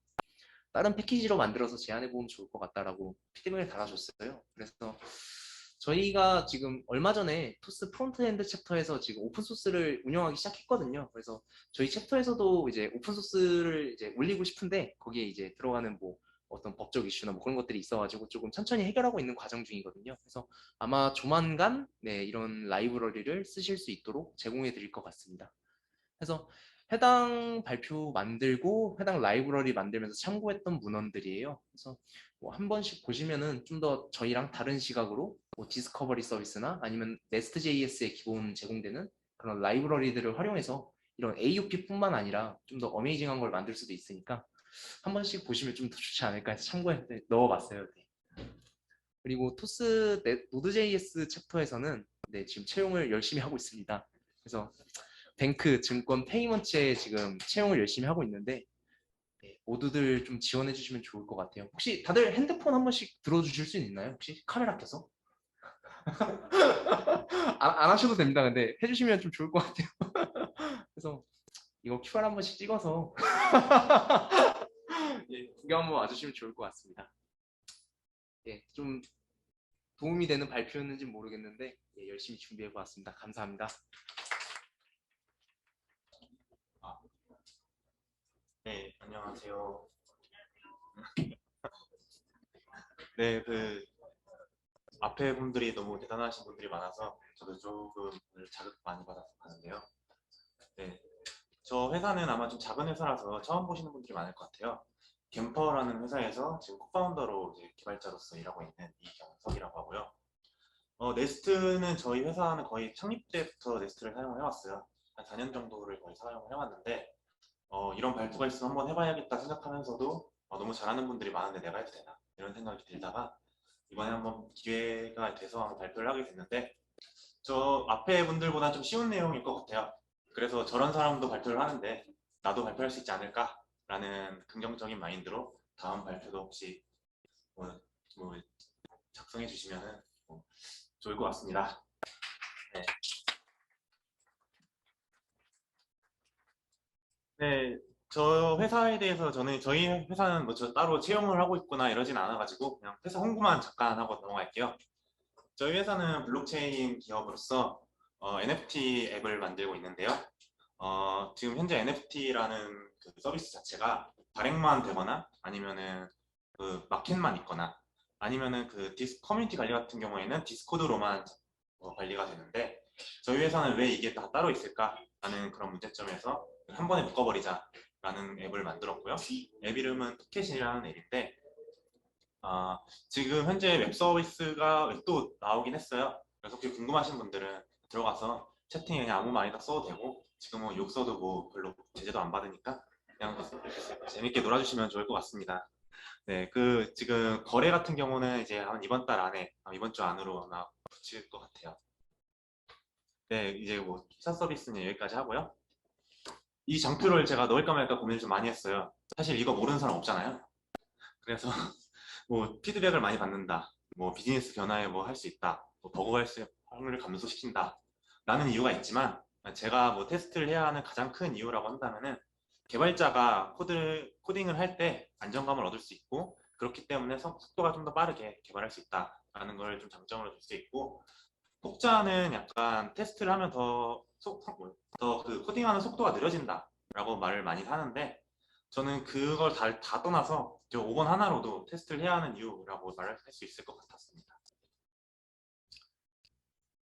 저희 보통 테스트를 하기 위해서는 먼저 비즈니스 로직을 먼저 짜고 그 다음에 그걸 테스트로 만들잖아요. 그래서 제가 지금부터 발표할 비즈니스 로직은, 제가 그 크립토 회사에 다녀서 뭐 비트코인 인출이라는 한번 비즈니스 로직을 한번 가져와 봤어요. 간단하게. 첫 번째는 이제 뭐 저희가 돈을 인출할 때도 잔고가 계좌가 있는지 확인을 하죠. 그게 저희가 이제 비트코인 에셋이 있는지 확인한다라는 거고요. 그리고 저희가 인출을 할 때는 저희 그 은행에서도 돈을 뺄 때는 그 금액만큼 먼저 저희 계좌에서 차감을 시키죠. 그래서 저희도 비트코인 금액만큼 차감을 시킨다라는 거고, 그리고 외부로 이제 비트코인도 전체적으로 퍼블릭으로 되어 있기 때문에 외부 API를 사용해서 인출을 시켜야 돼요. 조금 더 이해하기 쉽게 말하자면은 다른 은행에 인출 요청을 해서 입금 요청을 해야 된다라고 보시면 더 쉬울 것 같습니다. 이 코드는 정말 쉬운 코드죠. 네스트를 처음 하시는 분들도 그 튜토리얼 따라 하시는 분들도 아마 다 만들 수 있는 코드일 것 같아요. 그 인프라는 Nest.js와 TypeORM을 사용을 했고요. TypeORM에서 제공을 해주는 레파지토리를 가지고 어센 레파지토리라는 걸 인젝트 받았고, 외부 API를 사용해야 되니까 크립토 커런시 API라는 인터페이스를 인젝트 받은 그런 코드입니다. 그리고 아까 앞에서 말했던 비즈니스 로직과 같이 어셋에 있는지 확인을 하고, 그리고 어셋에서 인출을 하고, 그게 정말로 잘 되었으면은 그걸 저장을 하고 외부 API에 요청하는 그런 간단한 코드입니다. 그러면 이제 이 코드를 어떻게 테스트를 해야 될까요? 공식 문서에도 나와 있고, 뭐 Nest.js 스타터 가면은 테스트 방법이 많이 나와 있어요. 여기서는 컨트롤러를 이제 테스트를 했지만, 보통은 이제 컨트롤러보다는 서비스 레이어를 도메인으로 많이 테스트를 하잖아요. 근데 그래도 일단은 여기를 보면은 네스트에서는 이 테스팅 모듈이라는 거를 제공을 해줘요. 테스트를 좀 쉽게 할 수 있게. 그래서 처음에는 이제 네스트 앱을 만드는 게 아니라 테스트 앱을 만드는 거예요. 대신에 거기다가 저희가 네스트 앱을 만들 때 똑같이 인젝트 해줬던 것처럼 저희가 테스트하고 싶은 클래스를 주입을 시켜줍니다. 그 이후에는 이 아래처럼 저희가 테스트하고 싶은 로직을 테스트하면 되는 거죠. 근데 여기서 이제 app.get 쪽을 보면은 저희가 이제 테스트하고 싶은 게 컨트롤러니까 컨트롤러 객체를 그 테스팅 모듈에서 가져올 수가 있어요. 그리고 그 객체를 이용해서 테스트를 하면 됩니다. 그 네스트 스타터만 보면은 사실 되게 쉬운데, 저희는 문제점이 하나가 있죠. 그 외부 인프라를 사용을 해야 된다는 건데요. 지금 저희는 두 가지, TypeORM을 사용해서 DB를 조작을 하고 있고, 그 API 인터페이스 통해서 외부 비트코인 API를 조작을 하고 있어요. 근데 지금 앞에 테스트 코드를 보면은 이거에 대한 어떻게 테스트해야 되는지는 딱히 나와 있지는 않아요. 그 공식 문서를 보면 제스트를 사용하기도 하는데, 그래서 어쨌든 간에 저희는 이런 외부 모듈에 대해서 테스트 더블을 사용을 해야 됩니다. 저희가 처음에 이제 이런 테스트를 작성을 할 때는 TS 모키토라는 걸 활용을 했는데요. 이거를 활용한 이유에 대해서는 저희가 맨 처음에 뭐 자바 외주도 받고 그러다 보니까 자바에 대해서 조금 익숙한 사람들이 있어서 모키토 라이브러리랑 좀 비슷한 게 뭐가 있을까 찾아보다가 이 TS 모키토를 처음에는 활용을 했었어요. 이 TS 모키토 사용 방법은 그렇게 어렵지가 않아요. 처음에는 저희가 이제 목객체를 만들어내는데, 예를 들면 DB 목객체가 될 수도 있고 API 목객체가 될 수도 있겠죠. 그래서 그 목을 만들어내고 그 목이 해야 할 일을 스터빙을 하는 거죠. 그 다음에는 이 목을 실제로 인스턴스를 만들어주는 작업을 하나를 하면 돼요. 그리고 저희가 그 나중에 클래스를 만들 때 만든 인스턴스를 주입시켜주면 됩니다. 그러면은 ETS 모키토를 가지고 이 간단한 그 커맨드 핸들러를 테스트를 해보도록 하겠습니다. 처음에는 저희가 네스트 스타터에 있는 거와 똑같이 테스팅 모듈을 선언을 해줬고요. 그 다음에는 TS 모키토를 활용해서 저희가 지금 모킹을 해야 되는 외부 API와 레파지토리를 모킹을 해줬습니다. 그 다음에는 이제 인스턴스화를 시켜줘야 되는데, 이제 인스턴스화를 두 가지 방법으로 시킬 수 있겠지만, 테스팅 모드를 활용하기 위해서 이 테스트가 전체적으로 실행하길 때 그때 인스턴스를 주입시켜주는 방향으로 설정을 했습니다. 근데 여기서 좀 조심하셔야 될 게, 저희가 이제 만들어진 TS 모키토 인스턴스 같은 경우에는 네스트의 인젝터블 같은 거를 활용을 하진 않잖아요. 그렇기 때문에 이 유스 팩토리라는 걸 직접적으로 활용해서 이 커맨드 핸들러를 저희가 직접 만들어줬습니다. 그리고 마지막으로는 이제 저희가 목객체를 만들어줬는데, 이게 리셋을 안 시키면은 다른 테스트 코드들이랑 중첩이 될 수 있어요. 그래서 이 테스트 격리를 하기 위해서 이 모든 목객체들을 리셋을 시켜줍니다. 테스트 코드는 좀 간단할 것 같아요. 모두가 아마 이런 식으로 할 것 같은데, 처음에 저희가 테스트하고 싶은 여러 가지 객체나 아니면 변수들을 정의를 하겠죠. 그리고 이제 TS 모키토를 활용을 했으니까 저희가 이제 어떤 행동을 할지 이 목객체를 통해서 스터빙을 할 수 있겠죠. 예를 들면은 저희가 레파지토리를 활용했을 때는 저희가 앞에서 정의한 어셋을 변환하도록 설정을 했습니다. 그 이후에는 앞에서 아까 타입스크립트 스타터에서 봤듯이 테스트 앱에서 커맨드 핸들러 객체를 가져와서 이제 테스트를 시작하는 겁니다. 마지막으로는 이제 저희가 에셋을 넣었잖아요. 그래서 그걸 가지고 이 밸런스가 제대로 변화했는지 체크를 하면 됩니다.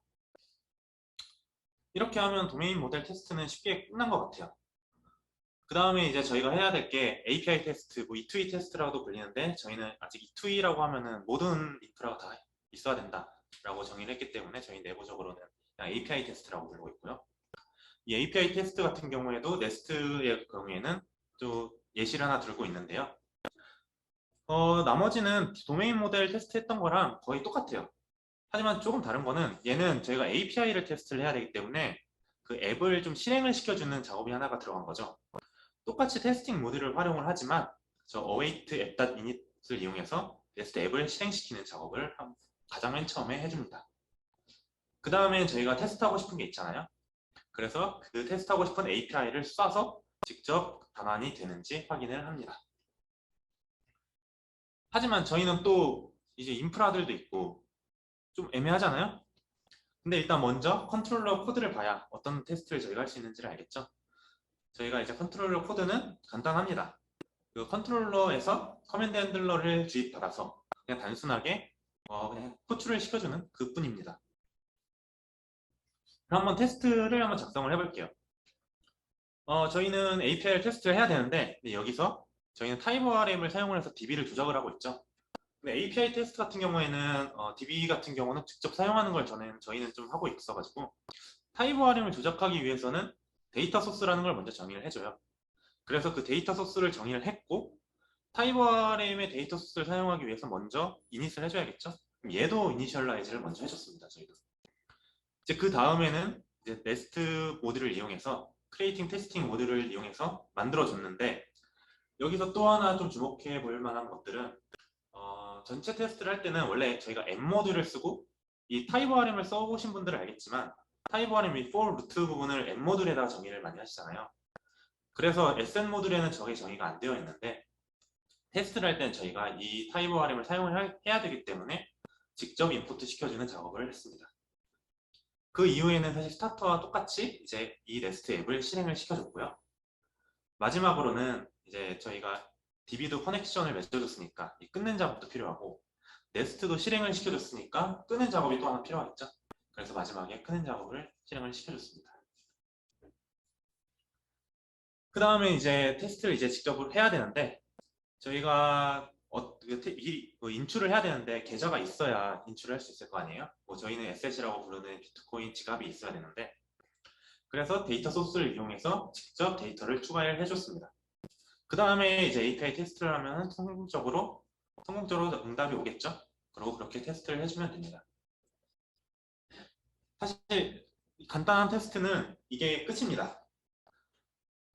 벌써 시간이 얼마 안 되는데, 이제 저희도 이제 초기에는 이 정도로 끝내도 될 것 같고, 그냥 POC 정도로 빠르게 개발해야 된다 이러면 이 정도로 끝내면 될 것 같은데, 저희는 이제 점점 서비스가 커져가고 또 개발을 해갈수록 좀 문제점들이 조금씩 드러나기 시작했는데요. 첫 번째는 너무 느렸어요, 테스트가. 저긴 1000개 테스트라고 써놨는데 한 100개 테스트만 돼도 느린 거죠. 그래서 한 1분 정도가 걸렸는데, 그 테스트의 장점 중에 하나가 빠른 피드백이라고 보통 얘기를 하는데 1분씩 걸려다 보니까 이제 저희끼리에서는 이게 테스트 효용이 있는 거냐, 왜 이거 느리냐 라고 생각을 하고 점점 회의감이 느껴지기 시작할 수도 있는 거죠. 그래서 저희는 이 테스트 성능을 좀 개선을 해보기로 결정을 했습니다. 저희 보통 사람들이 많이 테스트를 하는 부분이 API 테스트도 많이 하지만 도메인 모델 테스트를 위주로 많이 하실 것 같아요. 뭐 유닛 테스트라도 많이 불리죠. 근데 그래서 이제 제스트를 일단 처음에 문제가 있던 게 제스트 부분과 네스트 앱에 문제가 좀 있었어요. 그래서 제스트를 모카와 차이로 변경을 하였습니다. 그 네스트에서 그 공식 문서나 스타터 같은 걸 보면은 대부분 다 제스트로 활용을 하거든요. 그래서 저희는 이걸 모카와 차이로 변경을 했고, 그리고 네스트 앱에서 이제 디펜던시를 찾고 이제 그걸 인젝트하는 게 생각보다 좀 시간이 조금씩 걸리더라고요. 그래서 이것도 그냥 뭐하러 만드냐, 도메인 모델 테스트 하는데, 그래서 이것도 제거를 하기로 했습니다. 근데 이제 이걸 제거를 해야 되니까 조금씩 다르잖아요, 그 프레임워크 자체가. 그래서 좀 고려사항이 있었는데, 저희는 파라미터 테스트를 좀 많이 했었는데 모카로 바꾸는 순간 저걸 하나도 쓸 수가 없게 됐어요. 제스트에서는 파라미터라이즈 테스트를 제공을 하는데 모카에는 저런 게 없더라고요. 그래서 저희는 그냥 대어를 직접 만들어서 그냥 포이치를 이용해서 파라미터라이즈 테스트를 할 수 있도록 좀 우회를 했고요. 근데 생각보다 저건 어렵지 않습니다. 그 다음에는 이제 TS 제스트 같은 경우에는 타입스크립트를 위해서 TS 제스트라는 걸 제공을 해주는데 모카는 또 그런 게 없어요. 그래서 저 두 가지를 좀 고민을 했었어요. JS를 빌드를 한 다음에 JS를 테스트할 거냐, 두 번째는 이 TS 노드를 테스트할 거냐의 문제였는데 TS 노드를 사용하니까 또 느리더라고요. 그래서 저희는 성능을 개선하기 위해서 바꾸려고 했는데 의미가 있냐 라고 해가지고 그냥 JS 빌드를 후에 테스트를 하는 걸로 결정을 했고요. 근데 이렇게 하니까 또 다른 장점이 하나가 있더라고요. 저희가 운영을 할 때는 사실 타입스크립트를 쓰든 네스트를 쓰든 운영 코드는 JS잖아요. 그래서 사실상 운영 코드를 테스트할 수 있었다라는 장점이 있었어요. 근데 이 두 개는 제가 여기다 넣지는 않을 거고 블로그나 이런 데 보시면은 좋은 게 많더라고요. 그래서 그걸 보시면 될 것 같고요. 이제 3번 이제 네스트 앱을 좀 제거를 했는데요. 오히려 간단했었어요. 이 테스팅 모드를 활용을 하려고 오히려 더 복잡하게 만들었죠. 저 유스 팩토리를 이용해서 커맨드 핸들러를 만들었었는데 굳이 이걸 만들어야 되냐, 그냥 오른쪽처럼 직접 만들면 되잖아요. 왼쪽과 오른쪽을 파악했을 때는 오른쪽이 좀 더 쉽죠. 오히려 보기도 더 편했어요. 그리고 오히려 더 빨랐어요. 그래서 이런 식으로 테스팅 모드를 아예 네스트를 도메인 모델에서 삭제를 시켜버렸어요. 이렇게 하니까 저희가 성능이 거의 1분 가까이 나왔다 했는데 거의 이제 이 하나의 모듈 안에서는 한 5초, 6초 안으로 끝나더라고요. 그래서 이제 저희도 이제 행복하게 테스트를 하면서 다시 코딩을 시작했는데요. 또 다른 당연히 문제가 생겼겠죠. 저희는 열심히 테스트를 했다라고 생각을 했는데 생각보다 DB 에러가 많이 발생했어요. E2L 테스트를 하면 DB 에러를 좀 더 많이 감소시킬 수 있겠지만 어쨌든 저희는 테스트를 하는데 DB 에러가 계속 발생을 하는 거죠. 그럼 이를 어떻게 해결할 수 있을까? 그러면 이제 또 다른 말이 나오는 거죠. 테스트 했는데 에러가 많다. 그럼 테스트를 하는 게 맞냐? 라고 나오는 거죠. 그래서 저희 내부에서는 DB 워킹을 삭제시켜 버렸어요. 그리고 실제로 MySQL을 사용을 합니다. 근데 여기서 대부분은 이제 좀 이제 사파로 가는 길인데 이걸 얘기를 할 때 많은 분들이 조금 저희 내부에서도 좀 얘기가 많았었어요. 사용하는 게 맞냐 아니냐에 대해서. 하지만 저희는 그 테스트를 할 때 DB에서 에러가 많이 난다.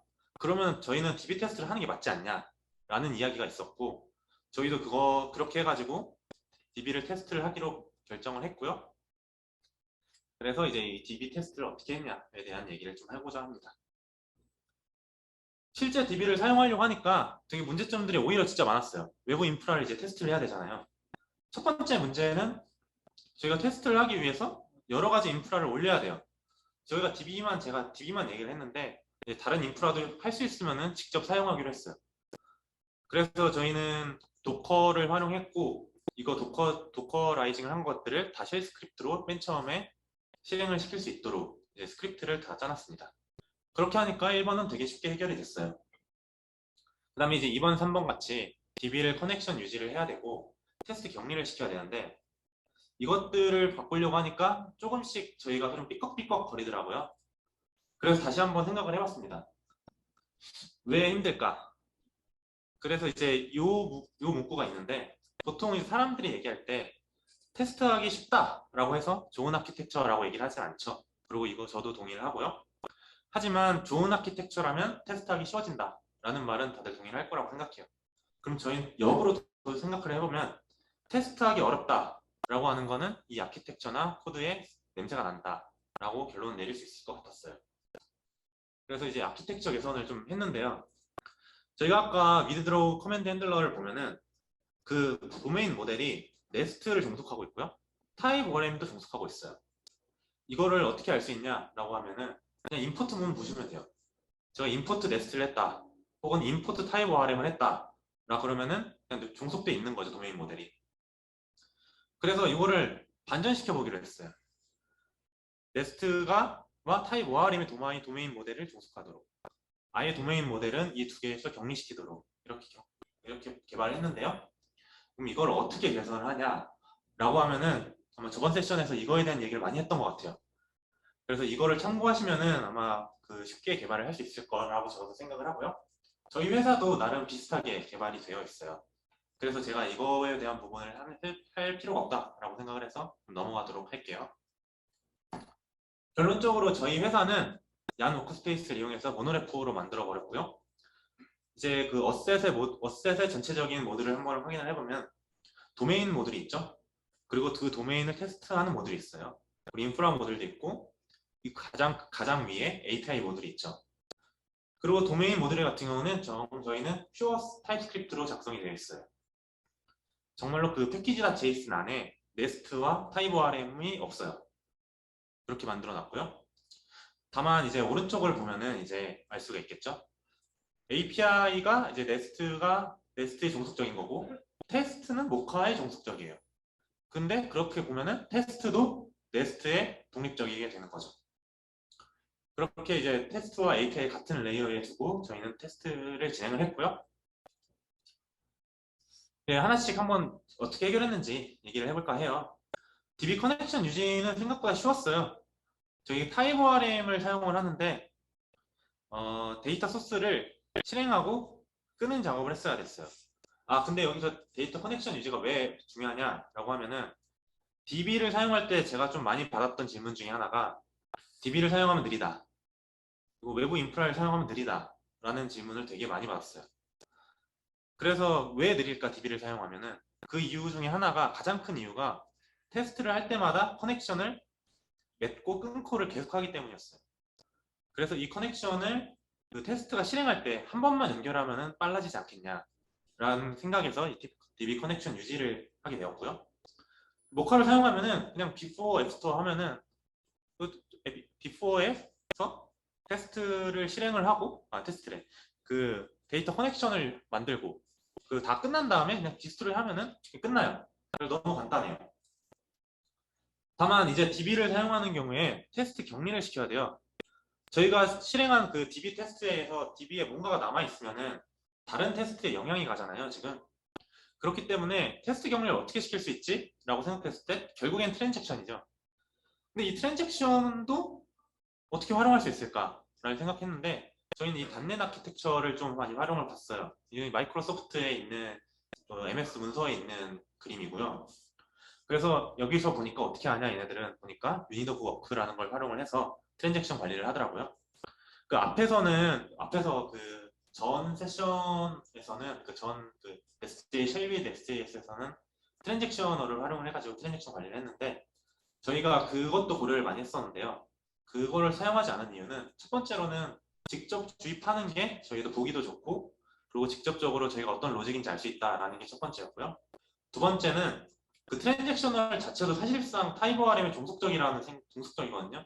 그래서 오히려 그걸 쓰면 좀 테스트하기 좀 어려운 부분이 있어가지고 저희는 그걸 제거를 하고 이 유닛 오브 워크라는 걸 만들어서 직접 인젝트를 하게 되었습니다.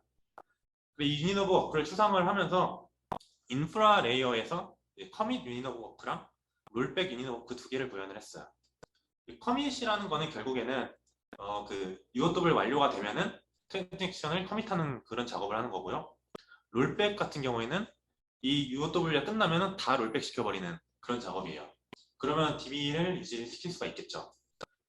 그렇게 둘이 추상을 했고요. 이 앞에서 얘기한 것들을 가지고 이제 비즈니스 로직을 조금 더 바꿔봤어요. 앞에서는 타입ORM에 있는 레파지토리를 활용을 했는데 이제 레파지토리에도 추상을 시켰고 API는 아까 앞에서 이미 추상을 시켰기 때문에 추상을 시켰고요. 아까 유닛 오브 워크라는 거를 얘기를 했죠. 그 유닛 오브 워크도 저희도 추상을 시켜서 이렇게 세 개를 인젝트를 받았습니다. 그리고 이제 유닛 오브 워크에서 저희가 어떻게 그 단위로 만들어야 될지를 정의를 해주면 되는데요. 그냥 저희는 일단 핸들에 대한 여기는 지금은 핸들 전체를 감쌌습니다. 근데 여기서 이제 API 관련된 게 이 안에 들어가는 게 맞냐 아니냐라고 또 물을 수 있는데 그거는 이제 회사에서 어떻게 하냐에 따라 달라질 것 같습니다. 일단은 저 안에 뒀습니다. 여기서 조금 이상하다 생각하시는 분들 분명히 있을 것 같아요. 커맨드 핸들러가 사실상 서비스 레이어인데 네스트에서 사용하는 인젝터블과 인젝터가 없어요. 저희가 아까 퓨어 타입스크립트로 만들었다고 했잖아요. 그러다 보니까 저희는 이것까지 제거시켜버렸어요. 저희는 좀 더 엄격하게 했죠. 근데 이거를 제거시키는 순간에 네스트 앱을 실행시킬 때 조금 그 디펜던시를 만들 때 좀 고통을 많이 받을 수 있어요. 저희는 이거를 좀 라이브러리화를 해서 그나마 조금 덜었는데 만약 회사에서 이 정도는 허용이 되지 않냐라고 하면은 저는 매우 추천드리고 싶어요. 좀 많이 고통스럽거든요. 그 테스트를 작성하기 전에 또 한 가지만 더 얘기를 하고 싶어요. 저희 결국에는 테스트에서 저희 TS 모키토라는 걸 제거를 했어요. 그 이유가 뭐냐면은 아까 뭐 인스턴스도 만들고 목도 만들고 그 다음에 스토빙도 하고 여러 가지 작업을 했는데 테스트를 할 때마다 보일러 코드가 너무 느는 거예요. 그래서 이거 왜 이렇게 필요 없지 않나? 라는 생각 때문에 이 TS 모키토를 제거를 했고요. 두 번째에서는 저희가 TS 모키토를 사용한 이유 중에 하나가 자바를 해봐가지고 모키토가 좀 편하지 않을까라는 생각을 했는데 새로운 사람들이 좀 왔다 갔다 할 때는 자바를 한 사람이 아니라 노드를 한 사람들이 와가지고 굳이 이게 익숙하지 않다라는 결론을 내려서 이걸 싹 다 삭제를 시켜버렸습니다. 그래서 그냥 스타일 기체를 직접 만들어 버렸고요. 이렇게 스타일 기체를 근데 만드니까 또 장점이 있었는데 저는 이제 그 행위 테스트보다는 상태 테스트를 좀 더 좋아하는 사람인데 이렇게 하니까 상태 테스트가 좀 쉬워졌어요. 그리고 두 번째로는 그 스터빙을 할 때 생각보다 스터빙이 너무 여러 군데 있어가지고 그 파악하기가 힘들었는데 이 스타일 기체를 직접 만들다 보니까 이 안에서 로직이 어떻게 굴러가는지 직접 확인할 수 있는 그런 장점들도 있었습니다. 그럼 이제 테스트 코드에 대해서 얘기를 할 건데 지금 사실 이거 얘기하기 위해서 지금까지 얘기를 한 건데요. 뭐 테스트 코드 그냥 보시면 사실 다 알 것 같아요. 처음에 제가 롤백을 하기 위해서 유닛 오브 워크를 만들었다 했잖아요. 그거를 선언을 해줍니다. 그리고 아까 DB 커넥션을 유지할 때 데이터 소스를 만들어줬죠. 그 데이터 소스를 UOW에 인젝트를 해줬어요. 그리고 아까는 그 도메인 모델 전체를 트랜잭션을 묶어줬잖아요. 근데 저희는 이 커맨드 핸들러 테스트 전체를 또 트랜잭션으로 묶어주는 거예요. 그럼 이 롤백에 의해서 이 트랜잭션 전체를 묶일 수가 있겠죠. 그리고 그 롤백으로 묶인 그 같은 데이터 소스를 또 레파지토리에 인젝트를 해줬고요. 그리고 API 스파이도 이제 직접적으로 스파이 객체를 만들어줬죠. 그리고 나서는 동일합니다. 다만 아까 도메인 모델 테스트 했을 때는 레파지토리에 직접 세이브를 하진 않았어요. 그래서 근데 이번에는 제가 DB를 직접 테스트를 하게 되었으니까 레파지토리를 통해서 세이브를 했습니다.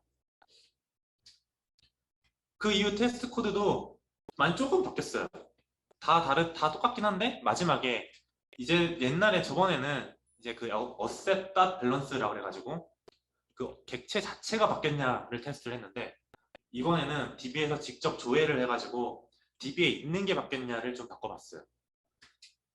이렇게 해도 상관이 없는 게 사실 그 트랜잭션 안에 묶여 있기 때문에 실제로 조회는 잘 되고요. 이 테스트가 끝나는 순간 모두가 롤백이 됩니다. 그렇게 해서 저희는 이 테스트 코드를 만들었는데 제가 아까 공격을 좀 많이 받았다 했잖아요. DB 테스트를 하는 순간에 저희 회사에서도 저가 공격을 받았고요. 외부에서도 좀 많은 계속 좀 시선을 보내더라고요. 그래서 제가 하나를 가져와 봤어요.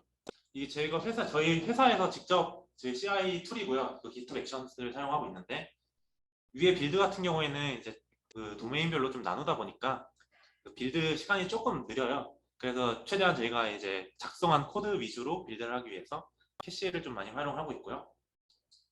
다만 테스트 같은 경우에는 저희가 빌드한 것만 테스트를 한 게 아니라 그 새로 빌드한 것만 테스트한 게 아니라 캐시에 있던 그 모든 테스트까지 어떤 게 깨질지 모르거든요, 사실상 모노레포를 썼을 때는. 그래서 모든 것들을 다 테스트를 합니다. 그래도 거의 저희가 회사가 한 1000여 개? 한 1000개 좀 넘게 이제 테스트를 진행을 하고 있는데 그 도메인 모델 테스트만 1000여 개 정도 테스트를 하고 있어요. 그래도 17초 정도로 끝이 났습니다. 그래서 저는 이제 DB 때문에 느리다라고 하는 말은 솔직히 이제 공감하지는 못할 것 같습니다. 이제는 API 테스트를 이제 또 어떻게 바꿨냐를 얘기할 수 있겠는데 그럼 API 테스트도 네스트에 어떻게 독립적이 만들 수 없을까라고 생각했을 때는 안 되겠죠. 왜 안 되냐라고 하면은 API를 저희가 앱을 네스트로 만들었잖아요. 근데 그걸 어떻게 네스트로 독립적이 만들 수 있겠어요? 그러니까 이제 결국에는 이제 아키텍처가 이런 식으로 종속성을 갖게 되는 거죠. 내부적으로는 API 네스트가 전체적으로 갖고 있고 이 테스트 모카지만 이 전체를 종속하고 있는 것이죠. 하지만 이 API 테스트가 저희도 좀 많이 느려서 좀 고민이 많았어요. 그리고 좀 많이 느려요. 그래서 이제 어떻게 하면 최소한으로 좀 테스트를 할 수 있을까를 좀 고민했을 때 모듈별로 좀 분리를 많이 시켰어요. 그래서 어셈 모듈 같은 경우에는 어셈 모듈 테스트를 따로 만들어서 API 테스트를 했고 아까 앞에서 봤듯이 그 타입ORM을 어셈 모듈을 테스팅 모듈을 만들어줄 때 직접 넣어줬죠. 그런 식으로 각각의 모듈들을 따로 테스트를 하고 있습니다. 저는 이걸 권장을 하고 있습니다. 제 발표는 여기까지고요. 네, 감사합니다. 네, 발표 시작하겠습니다. 네, 안녕하세요. 저는 이번 Nest.js 커뮤니티 미더 마지막 행사의 발표를 맡게 된 슈퍼브 AI 백엔드 개발자 차진혁이라고 합니다. 반갑습니다. 네, 발표 주제는 Nest.js 인터셉터와 라이프 사이클이라는 주제를 가지고 발표를 할 건데요. 먼저 발표에 앞서 저희 회사에 대해서 간단하게 소개를 좀 시작하겠습니다. 네. 먼저 저희 슈퍼브 AI 같은 경우에는 누구나 쉽게 AI를 개발할 수 있는 AI의 민주화 보편화를 지향합니다. 모든 단계 AI 개발 조직을 지원해 AI 기술이 널리 보급될 수 있도록 기여하는 것이 저희의 목표입니다. 그래서 특장점으로는 SaaS 플랫폼, 그리고 데이터 라벨링 서비스 등등을 지원을 하고 있고 지금 현재 여러 회사에서 저희 툴을 쓰고 있습니다. 특히나 AI의 경우에는 데이터의 중요성이 굉장히 중요해 저희와 같은 데이터 가공 플랫폼이 굉장히 중요한 시점입니다. 네. 그 다음에 저희 프로덕트인 슈퍼브 AI 스위트라는 프로덕트인데요. 이 스위트를 통해서 컴퓨터 비전 분야, 이미지, 비디오, 라이다 등의 AI 학습을 위한 데이터 솔루션을 제공하고 있습니다. 대표적으로는 오토메이티드 레이블링, 매뉴얼 레이블링, 레이블 애널리틱스와 같은 기능들을 제공하고 있습니다. 저희 회사는 글로벌 인류 기업 및 혁신기술 기업과 함께 성장하고 있고요. 설립 첫 해부터 올해까지 매년 2배 이상 성장 중에 있습니다. 글로벌 인류 기업 및 혁신기술 기업들이 저희의 어플리케이션을 쓰고 굉장히 만족하고 있다는 소식을 듣고 있습니다. 만약에 저희 회사에 관심이 있거나 커피챗 혹은 제품에 대해 가지고 관심이 좀 있으신 분들은 아래 이메일로 메일을 주시면 커피챗이나 혹은 그냥 뭐 간단하게 대화까지 가능합니다. 네. 그러면 먼저 발표에 앞서 그냥 간단하게 컨텐츠는 이 정도로 될 것 같고요. 첫 번째로 인트로부터 시작하겠습니다. 일단 이 발표의 주제는 결국엔 Nest.js 인터셉터의 RxJS 사용법이고요. 또 Nest.js 인터셉터를 라이프 사이클 측면에서 바라보는 법입니다. 또 실제 인터셉터를 사용하면서 겪었던 이슈들에 대해서 공유하는 자리를 가질 것입니다. 네. 그래서 처음 볼 기술은 바로 RxJS입니다. RxJS는 함수형 프로그래밍이자 이벤트 프로그래밍이자 비동기 프로그래밍인데요. 이 라이브러리를 이용해서 여러 가지 이벤트 프로그래밍을 할 수 있습니다. RxJS에서 중요한 개념은 총 4가지 정도 있는데요. 첫 번째로 옵저버블입니다. 옵저버블은 간단하게 생각해서 흐르는 시냇물이라고 생각하시면 됩니다. 일반적으로 스트림이라고도 불리고요. 두 번째로는 오퍼레이터입니다. 옵저버블에서 어떤 연산을 하기 위해서 쓰이는 어떤 연산자입니다. 그 다음에는 옵저버블을 구독할 수 있는 옵저버이고요. 마지막으로는 옵저버를 구독하는 서브스크라이브라는 행위입니다.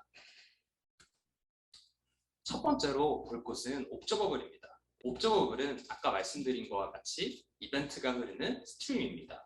옵저버블은 굉장히 레이지합니다. 즉, 누군가가 구독, 서브스크라이브를 해야 발행이 시작됩니다. 옵저버블을 서브스크라이브 하면서 next, error, complete 키워드를 사용해 이벤트를 처리하게 됩니다. 그래서 그림과 같이 옵저버블이 있으면 여기서 옵저버가 next 데이터를 통해 가지고 들어온 이벤트를 핸들링하고 에러를 통해서 에러 이벤트가 발생했을 시 핸들링을 하고 마지막으로 complete 키워드를 이용해서 옵저버블이 끝났을 때 complete 키워드를 통해서 특정 펑션 콜 같은 기능들을 합니다. 다음은 실제로 옵저버블이 구현된 구현 예시인데요. 첫 번째로는 const observable이라는 변수를 선언했습니다. 여기서 observable의 달러 표시는 RxJS에서 observable임을 나타내는 컨벤션입니다.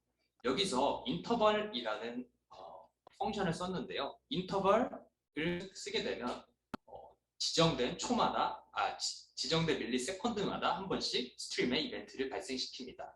그 다음에 파이프를 통해서 take for, 즉 4번 발생한 이벤트의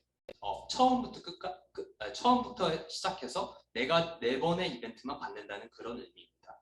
그래서 실제로 위의 코드는 아래처럼 비주얼라이제이션 되게 됩니다. 그래서 스트림에 0, 1, 2, 3이라는 값이 1초에 한 번씩 들어오는 코드가 완성이 됩니다. 그 다음에 오퍼레이터인데요. 오퍼레이터는 옵저버블에서 쓰이는 연산자입니다. 여기서 대표적인 몇 가지만 언급하고 가자면 탭 펑션입니다. 옵저버블 중간에 값을 알 수 있고 이를 통해서 옵저버블을 핸들링할 수 있습니다. 두 번째는 필터인데요. 필터는 조건에 맞는 값만 필터링하는 기능을 가집니다. 세 번째는 민, 네 번째는 맥스와 같은 그런 펑션들인데요. 이러한 오퍼레이터는 함수형 프로그래밍이 RxJS의 함수형 프로그래밍의 영향을 많이 받아서 퓨어 펑션으로 전부 구현되어 있습니다. 그 다음에는 옵저버입니다. 저희가 위와 같이 옵저버블을 정의를 했으면 아래는 옵저버를 정의를 하게 됩니다. 옵저버는 다음과 같은 3가지 키워드로 구성이 됩니다. 첫 번째는 next, error, complete입니다. next를 보시면 아이템 넘버로 해서 이벤트를 받게 됩니다. 그래서 아이템 넘버를 받아 콘솔 로그 아이템을 하는 그런 코드를 구성을 했고요. 그 다음에는 에러입니다. 에러는 에러 타입을 받아가지고 콘솔 로그에 찍는 그런 로직을 구현을 했습니다. 마지막으로는 complete 키워드인데요. complete 키워드를 이용해서 옵저버블이 끝났음을 알리는 로직을 구현을 했습니다. 그래서 콘솔 로그 complete이 콘솔에 출력되게 하는 코드입니다. 그 다음으로는 서브스크라이브를 해줘야 되는데요. 옵저버블에 서브스크라이브 옵저버를 해주게 되면 옵저버가 옵저버블을 서브스크라이브를 하게 됩니다. 그래서 그림과 같이 콘솔에 0, 1, 2, 3 complete 이라고 뜨면서 이렇게 옵저버블이 종료가 되게 됩니다. 네, 이렇게 해서 RxJS에 대해서 간단하게 알아봤고요. 그렇다면 REST.js 인터셉터는 어떻게 구현이 되어 있을까요? 한번 알아보도록 합시다. 첫 번째는 REST.js 인터셉터에 대해서 간단하게 설명을 하고 지나가겠습니다. 앞에서 토스 발표자분들이나 그런 분들이 언급하셨던 것처럼 Nest.js의 인터셉터는 클라이언트와 라우트 핸들러 사이에 인터셉트, 즉 중간의 값을 가로채서 중간에 특별한 로직을 넣거나 하는 때 보통 많이 사용합니다. 특히나 인터셉터 같은 경우에는 AOP의 영향을 받아가지고 제작이 되어 있는데요. AOP는 Aspect Oriented Programming의 약자로 특정 관점에 따라 가지고 모듈을 분리하고 이를 통해 재사용성을 높이는 그런 프로그래밍 기법입니다. 그래서 그림과 같이 Aspect에 따라서 모듈을 분리를 했고요. 그래서 Nest.js 인터셉터를 어떻게 썼느냐, 여러 가지 유즈 케이스가 있지만 저는 세 가지 유즈 케이스를 들고 왔습니다. 첫 번째로 볼 것은 로거인데요. 일단 로거에서 볼 것은 인터셉터의 파라미터로 무엇을 갖느냐입니다. 먼저 인터셉터는 파라미터로 execution context라는 객체를 받습니다. 이것은 current execution context에 대한 utility class, helper class입니다. 즉, 이 정보를 통해서 리스폰스에 대한 정보나 리퀘스트에 대한 정보 등등을 받을 수 있습니다. 두 번째는 콜 핸들러 객체이며 이 콜 핸들러 객체는 콜 핸들 함수를 처리하면서 콜 핸들 함수는 옵저버블 객체를 반환하게 됩니다. 즉, 콜 핸들러는 옵저버블 객체라고 보면 됩니다. 그 다음에 보신 것처럼 콜은 옵저버블이고요. 탭을 통해서 이러한 옵저버블을 조작합니다. 넥스트는 에러 없이 이벤트가 발생 시 실행이 되고요. 에러가 발생했을 시 실행이 됩니다. 그래서 화면에 보시는 것과 같이 저희의 넥스트, 즉 이벤트가 발생했을 때는 로그 넥스트를 통해 가지고 이벤트를 찍게 되고요. 이 로그 넥스트의 경우에는 200번대 그런 스테이터스 코드들이 이렇게 찍히게 되고, 에러의 경우에는 400번대, 500번대 코드를 관리하는 디스달로그 에러라는 펑션을 통해서 관리가 됩니다. 그리고 해당 디스달로그 에러라는 펑션 내부에서 스테이터스 코드에 따라 가지고 원인지 혹은 에러인지에 따라 가지고 로깅을 따로따로 처리를 하고 있습니다. 그 다음에 두 번째 유즈 케이스인데요. 이것은 바로 트랜스폼 같은 형태입니다. 일단 트랜스폼이라고 하면 값을 변환하는 건데요. 일단 간단하게 보시면 콜의 핸들에 파이프를 달아가지고 만약에 들어온 값이 밸류다, 즉 리스폰스의 바디 값이 밸류가 널이다. 그렇다면 이거를 널로 반환하는 게 아니라 response body is null이라는 스트링 값으로 반환을 할 수 있도록 만든 인터셉터입니다. 이러한 것들을 이용해서 간단하게 트랜스폼 인터셉터를 구현을 할 수 있습니다. 이게 바로 이제 RxJS를 좀 더 유연하게 활용한 케이스이고요. 이러한 RxJS에 대해서 이해도가 좀 더 높으시면 좀 더 어려운 로직들에 대해서도 활용이 가능합니다. 세 번째 유즈 케이스로는 타임아웃인데요. 먼저 예시를 한번 들어보면 만약에 1초가 넘은 그런 리스폰스에 대해 가지고 1초가 넘었다. 그러면 그 에러를 캐치를 해가지고 타임아웃 에러를 발생시키는 그런 로직을 짰습니다. 이를 통해 가지고 인터셉터를 통해서도 특정 타임아웃에 대해 가지고 처리를 할 수 있다는 것을 알 수 있습니다. 그 다음에는 Nest.js 인터셉터와 미들웨어인데요. 저희가 Nest.js에 대해서 보다 보면 인터셉터와 미들웨어에 대해 가지고 굉장히 좀 많이 헷갈리고 그 부분에 대해서도 저도 많이 좀 고민을 많이 했었습니다. 네, 그래서 먼저 미들웨어에 대해서 간단하게 보고 가자면 일단 Nest.js의 미들웨어는 이렇게 설명하고 있습니다. 클라이언트 사이드에서 라우트 핸들러로 가는 로직 도중에 미들웨어가 가로채서 추가적인 로직을 넣는다가 전부입니다. 그런데 그렇다면 과연 어떤 점에 있어가지고 두 인터셉터와 미들웨어가 다른가를 했을 때 저는 궁금증이 좀 생겼습니다. 그래서 굉장히 활발하게 지금 운영되고 있는 디스코드 채널, Nest.js 디스코드 채널에 그 질문을 한번 해봤습니다. Nest.js 인터셉터와 미들웨어는 어떤 점에 있어가지고 다른가요? 그랬더니만 더 트릴리온 팀, 즉 Nest.js를 메인테인하는 팀이 이 트릴리온 팀이라고 회사거든요. 여기에 있는 제이 맥다니엘이라는 직원분께서 친절하게 좀 답변을 좀 해주셨는데요. 그분께서는 이제 미들웨어는 HTTP 리퀘스트 위에서만 동작합니다. 반면에 인터셉터는 HTTP, 웹소켓, GraphQL, RPC 위에서 동작 가능한데요. 이것은 들어오는 파라미터에 따라 가지고 다르기 때문입니다.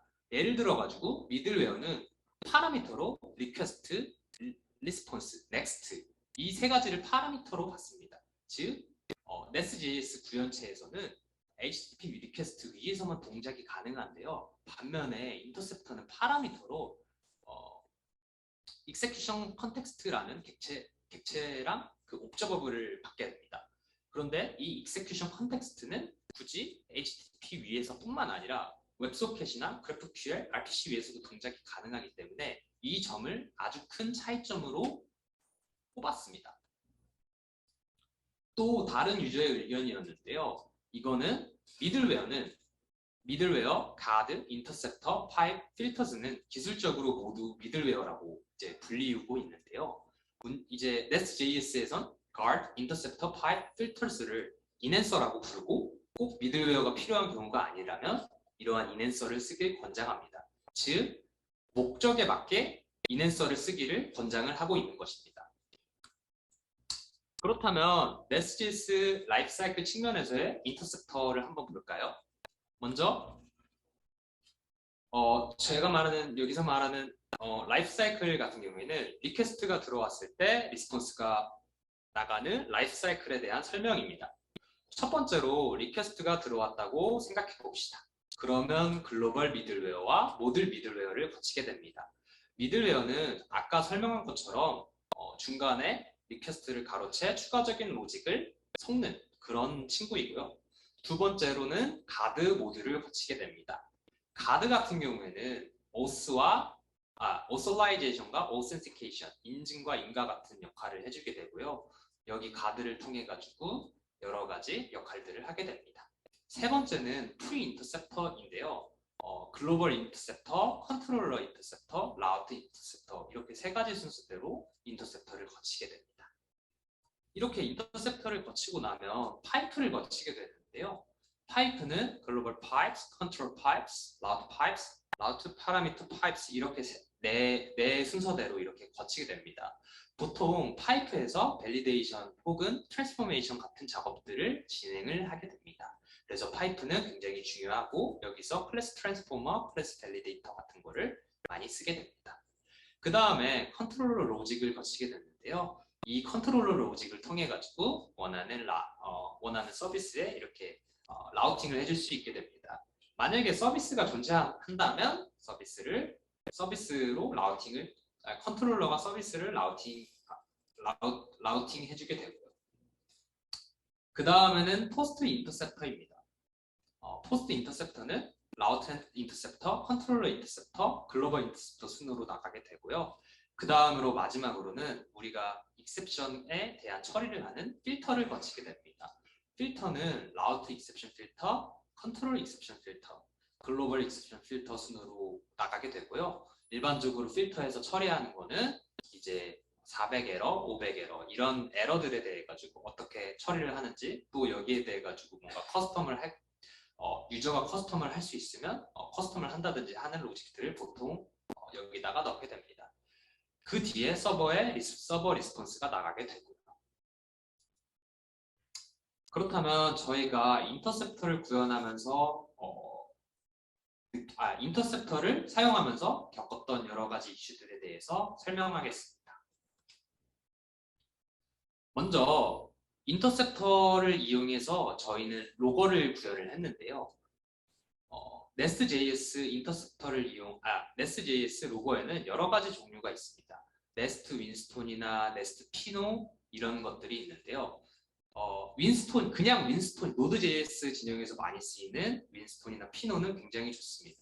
하지만 Nest.js 윈스톤이나 Nest.js 피노 같은 경우에는 실제로 사용을 해보니까 포맷이 깨지거나 혹은 원하는 상태로 만들기가 굉장히 까다롭더라고요. 특히나 저희와 같은 케이스에서는 헤더를 파싱해서 헤더에 대한 정보를 또 가져와야 되는 케이스였다 보니까 특히나 저희가 원하는 헤더 파싱은 일반적인 헤더가 아니라 저희가 커스텀으로 넣어준 헤더의 파싱이었기 때문에 커스텀 로거를 구현을 했습니다. 그래서 Nest.js 피노나 Nest.js 윈스턴을 쓴 게 아니라 커스텀 로거를 이용해서 편리하게 인터셉터를 이용해서 구현을 했다는 점.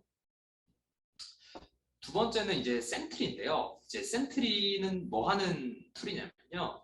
400번대와 500번대 에러에 대해 가지고 몽키 패칭 방식으로 구현된 에러를 잡아주는 일종의 로깅 사스 툴입니다. 근데 문제는 이 센트리가 몽키 패칭, 즉 프로그램 위에 확장되어 가지고 구현이 있는 그런 방식이다 보니까 로깅이나 혹은 에러를 잘 못 잡는 케이스들이 가끔 있더라고요. 특히나 저희 같은 경우에는 로깅을 이런 식으로 해버리게 되면 디스다 에러를 이렇게 해버리게 되면 센트리에 익셉션이 안 가버리더라고요. 그래서 저희는 센트리 노드에다 캡처 익셉션 에러라는 거를 따로 추가를 해서 처리를 했습니다. 그랬더니만 센트리에서 잘 잡히더라고요. 그래서 이 이슈는 또 해결이 됐고요. 그 다음으로 마지막으로는 이제 모노레포 관련 이슈였는데요. 이제 먼저 간단하게 모노레포가 뭔지 넘겨짚고 지나가겠습니다. 첫 번째로는 이제 모놀리틱인데요. 일반적으로 모놀리틱 하다고 하면 굉장히 큰 프로젝트, 모든 기능들이 한 레포지토리, 한 프로젝트 안에 있다고 생각을 하시면 됩니다. 그 다음에 나온 게 이제 멀티레포, 일반적으로 뭐 MSA 아키텍처 뭐 이런 식으로도 표현이 되는데요. 각 레포지토리마다 한 가지의 프로젝트를 해서 모놀리틱 아키텍처를 굉장히 잘게 분해하는 그런 아키텍처였습니다. 그런데 이러한 멀티레포 같은 경우에는 문제점이 뭐냐면 각 프로젝트당 뭐 최신화가 안 된 라이브러리가 있을 수 있고 혹은 중복되는 라이브러리가 있을 수 있고 하는 이슈들이 있었습니다. 그렇게 해서 나온 게 모노레포이고요. 모노레포는 한 레포지토리나 여러 프로젝트가 공존을 해서 여러 가지 라이브러리의 중복성이나 그런 거를 최소화하고 코드 재사용성을 높이는 것이 목적인 그런 개발 패러다임입니다. 그런데 문제는 여기서 생겼습니다. 얀 워크스페이스와 Nest.js 사이에서는 좀 크래시가 좀 많더라고요. 보통 이제 디펜던시 이슈가 많았고요. 저희 같은 경우는 Nest.js 커먼 패키지에서 디펜던시 이슈가 있었습니다. 먼저 언급하고 가자면 저희가 얀 워크스페이스 같은 경우에는 각 프로젝트에 패키지.json이 하나씩 존재하는 케이스인데 이게 Nest.js의 디펜던시 종속성에 있어가지고 뭔가 걸림이 되는 것 같았습니다. 그래서 또 디스코드 채널에 또 한번 물어봤었는데요. 일단 먼저 Nest.js의 모노레포는 얀 모노레포와 좀 다르기 때문에 디펜던시 이슈가 발생할 수 있다고 합니다. 특히나 디펜던시 이슈가 발생할 수 있는 부분이 Nest.js의 경우에는 NX 모노레포의 철학을 따랐습니다. 그래서 한 모노레포임에도 불구하고 한 레포지터리에 패키지.json이 하나밖에 없습니다. 그에 반면에 얀 워크스페이스, 즉 얀 모노레포의 경우에는 한 레포지토리에 각 프로젝트마다 패키지.json이 각각 가지고 있다는 점이 좀 큰 차이라고 보여집니다. 그래서 저희는 이제 추후 Nest.js 모노레포 혹은 NX 모노레포로 지금 현재 리팩토링 계획 중이고요. 여기서 저자가 언급한 것과 같이 Nest.js 모노레포는 조금 미완성 혹은 언더파워이라고 언급한 거 봐서는 만약에 하게 된다면 NX 모노레포로 갈 가능성이 높아 보입니다. 네. 그래서 저의 이번 발표를 요약을 하자면 첫 번째로 RxJS는 이제 함수형 이벤트 비동기 프로그래밍이고요. 이거를 프론트엔드에서는 되게 많이 쓰는데 이제 백엔드에서도 적극적으로 좀 많이 쓴다는 점. 그리고 RxJS를 이용해 구현된 Nest.js 인터셉터는 AOP에 영향받아 구현되었고 로거, 타임아웃, 트랜스폼, 캐시 같은 경우에 보통 많이 쓰인다는 점. 그리고 Nest.js와 미들웨어의 차이는 HTTP 이외에도 동작 가능한가. 그리고 Nest.js의 라이프 사이클에 대해서 알아보았습니다. 그리고 Nest.js 인터셉터를 구현하면서 겪었던 로거, 센트리, 모노레포 이슈들에 대해서 저희가 알아보았습니다. 네. 발표는 여기까지고요. 들어주셔서 감사합니다. 네, 감사합니다.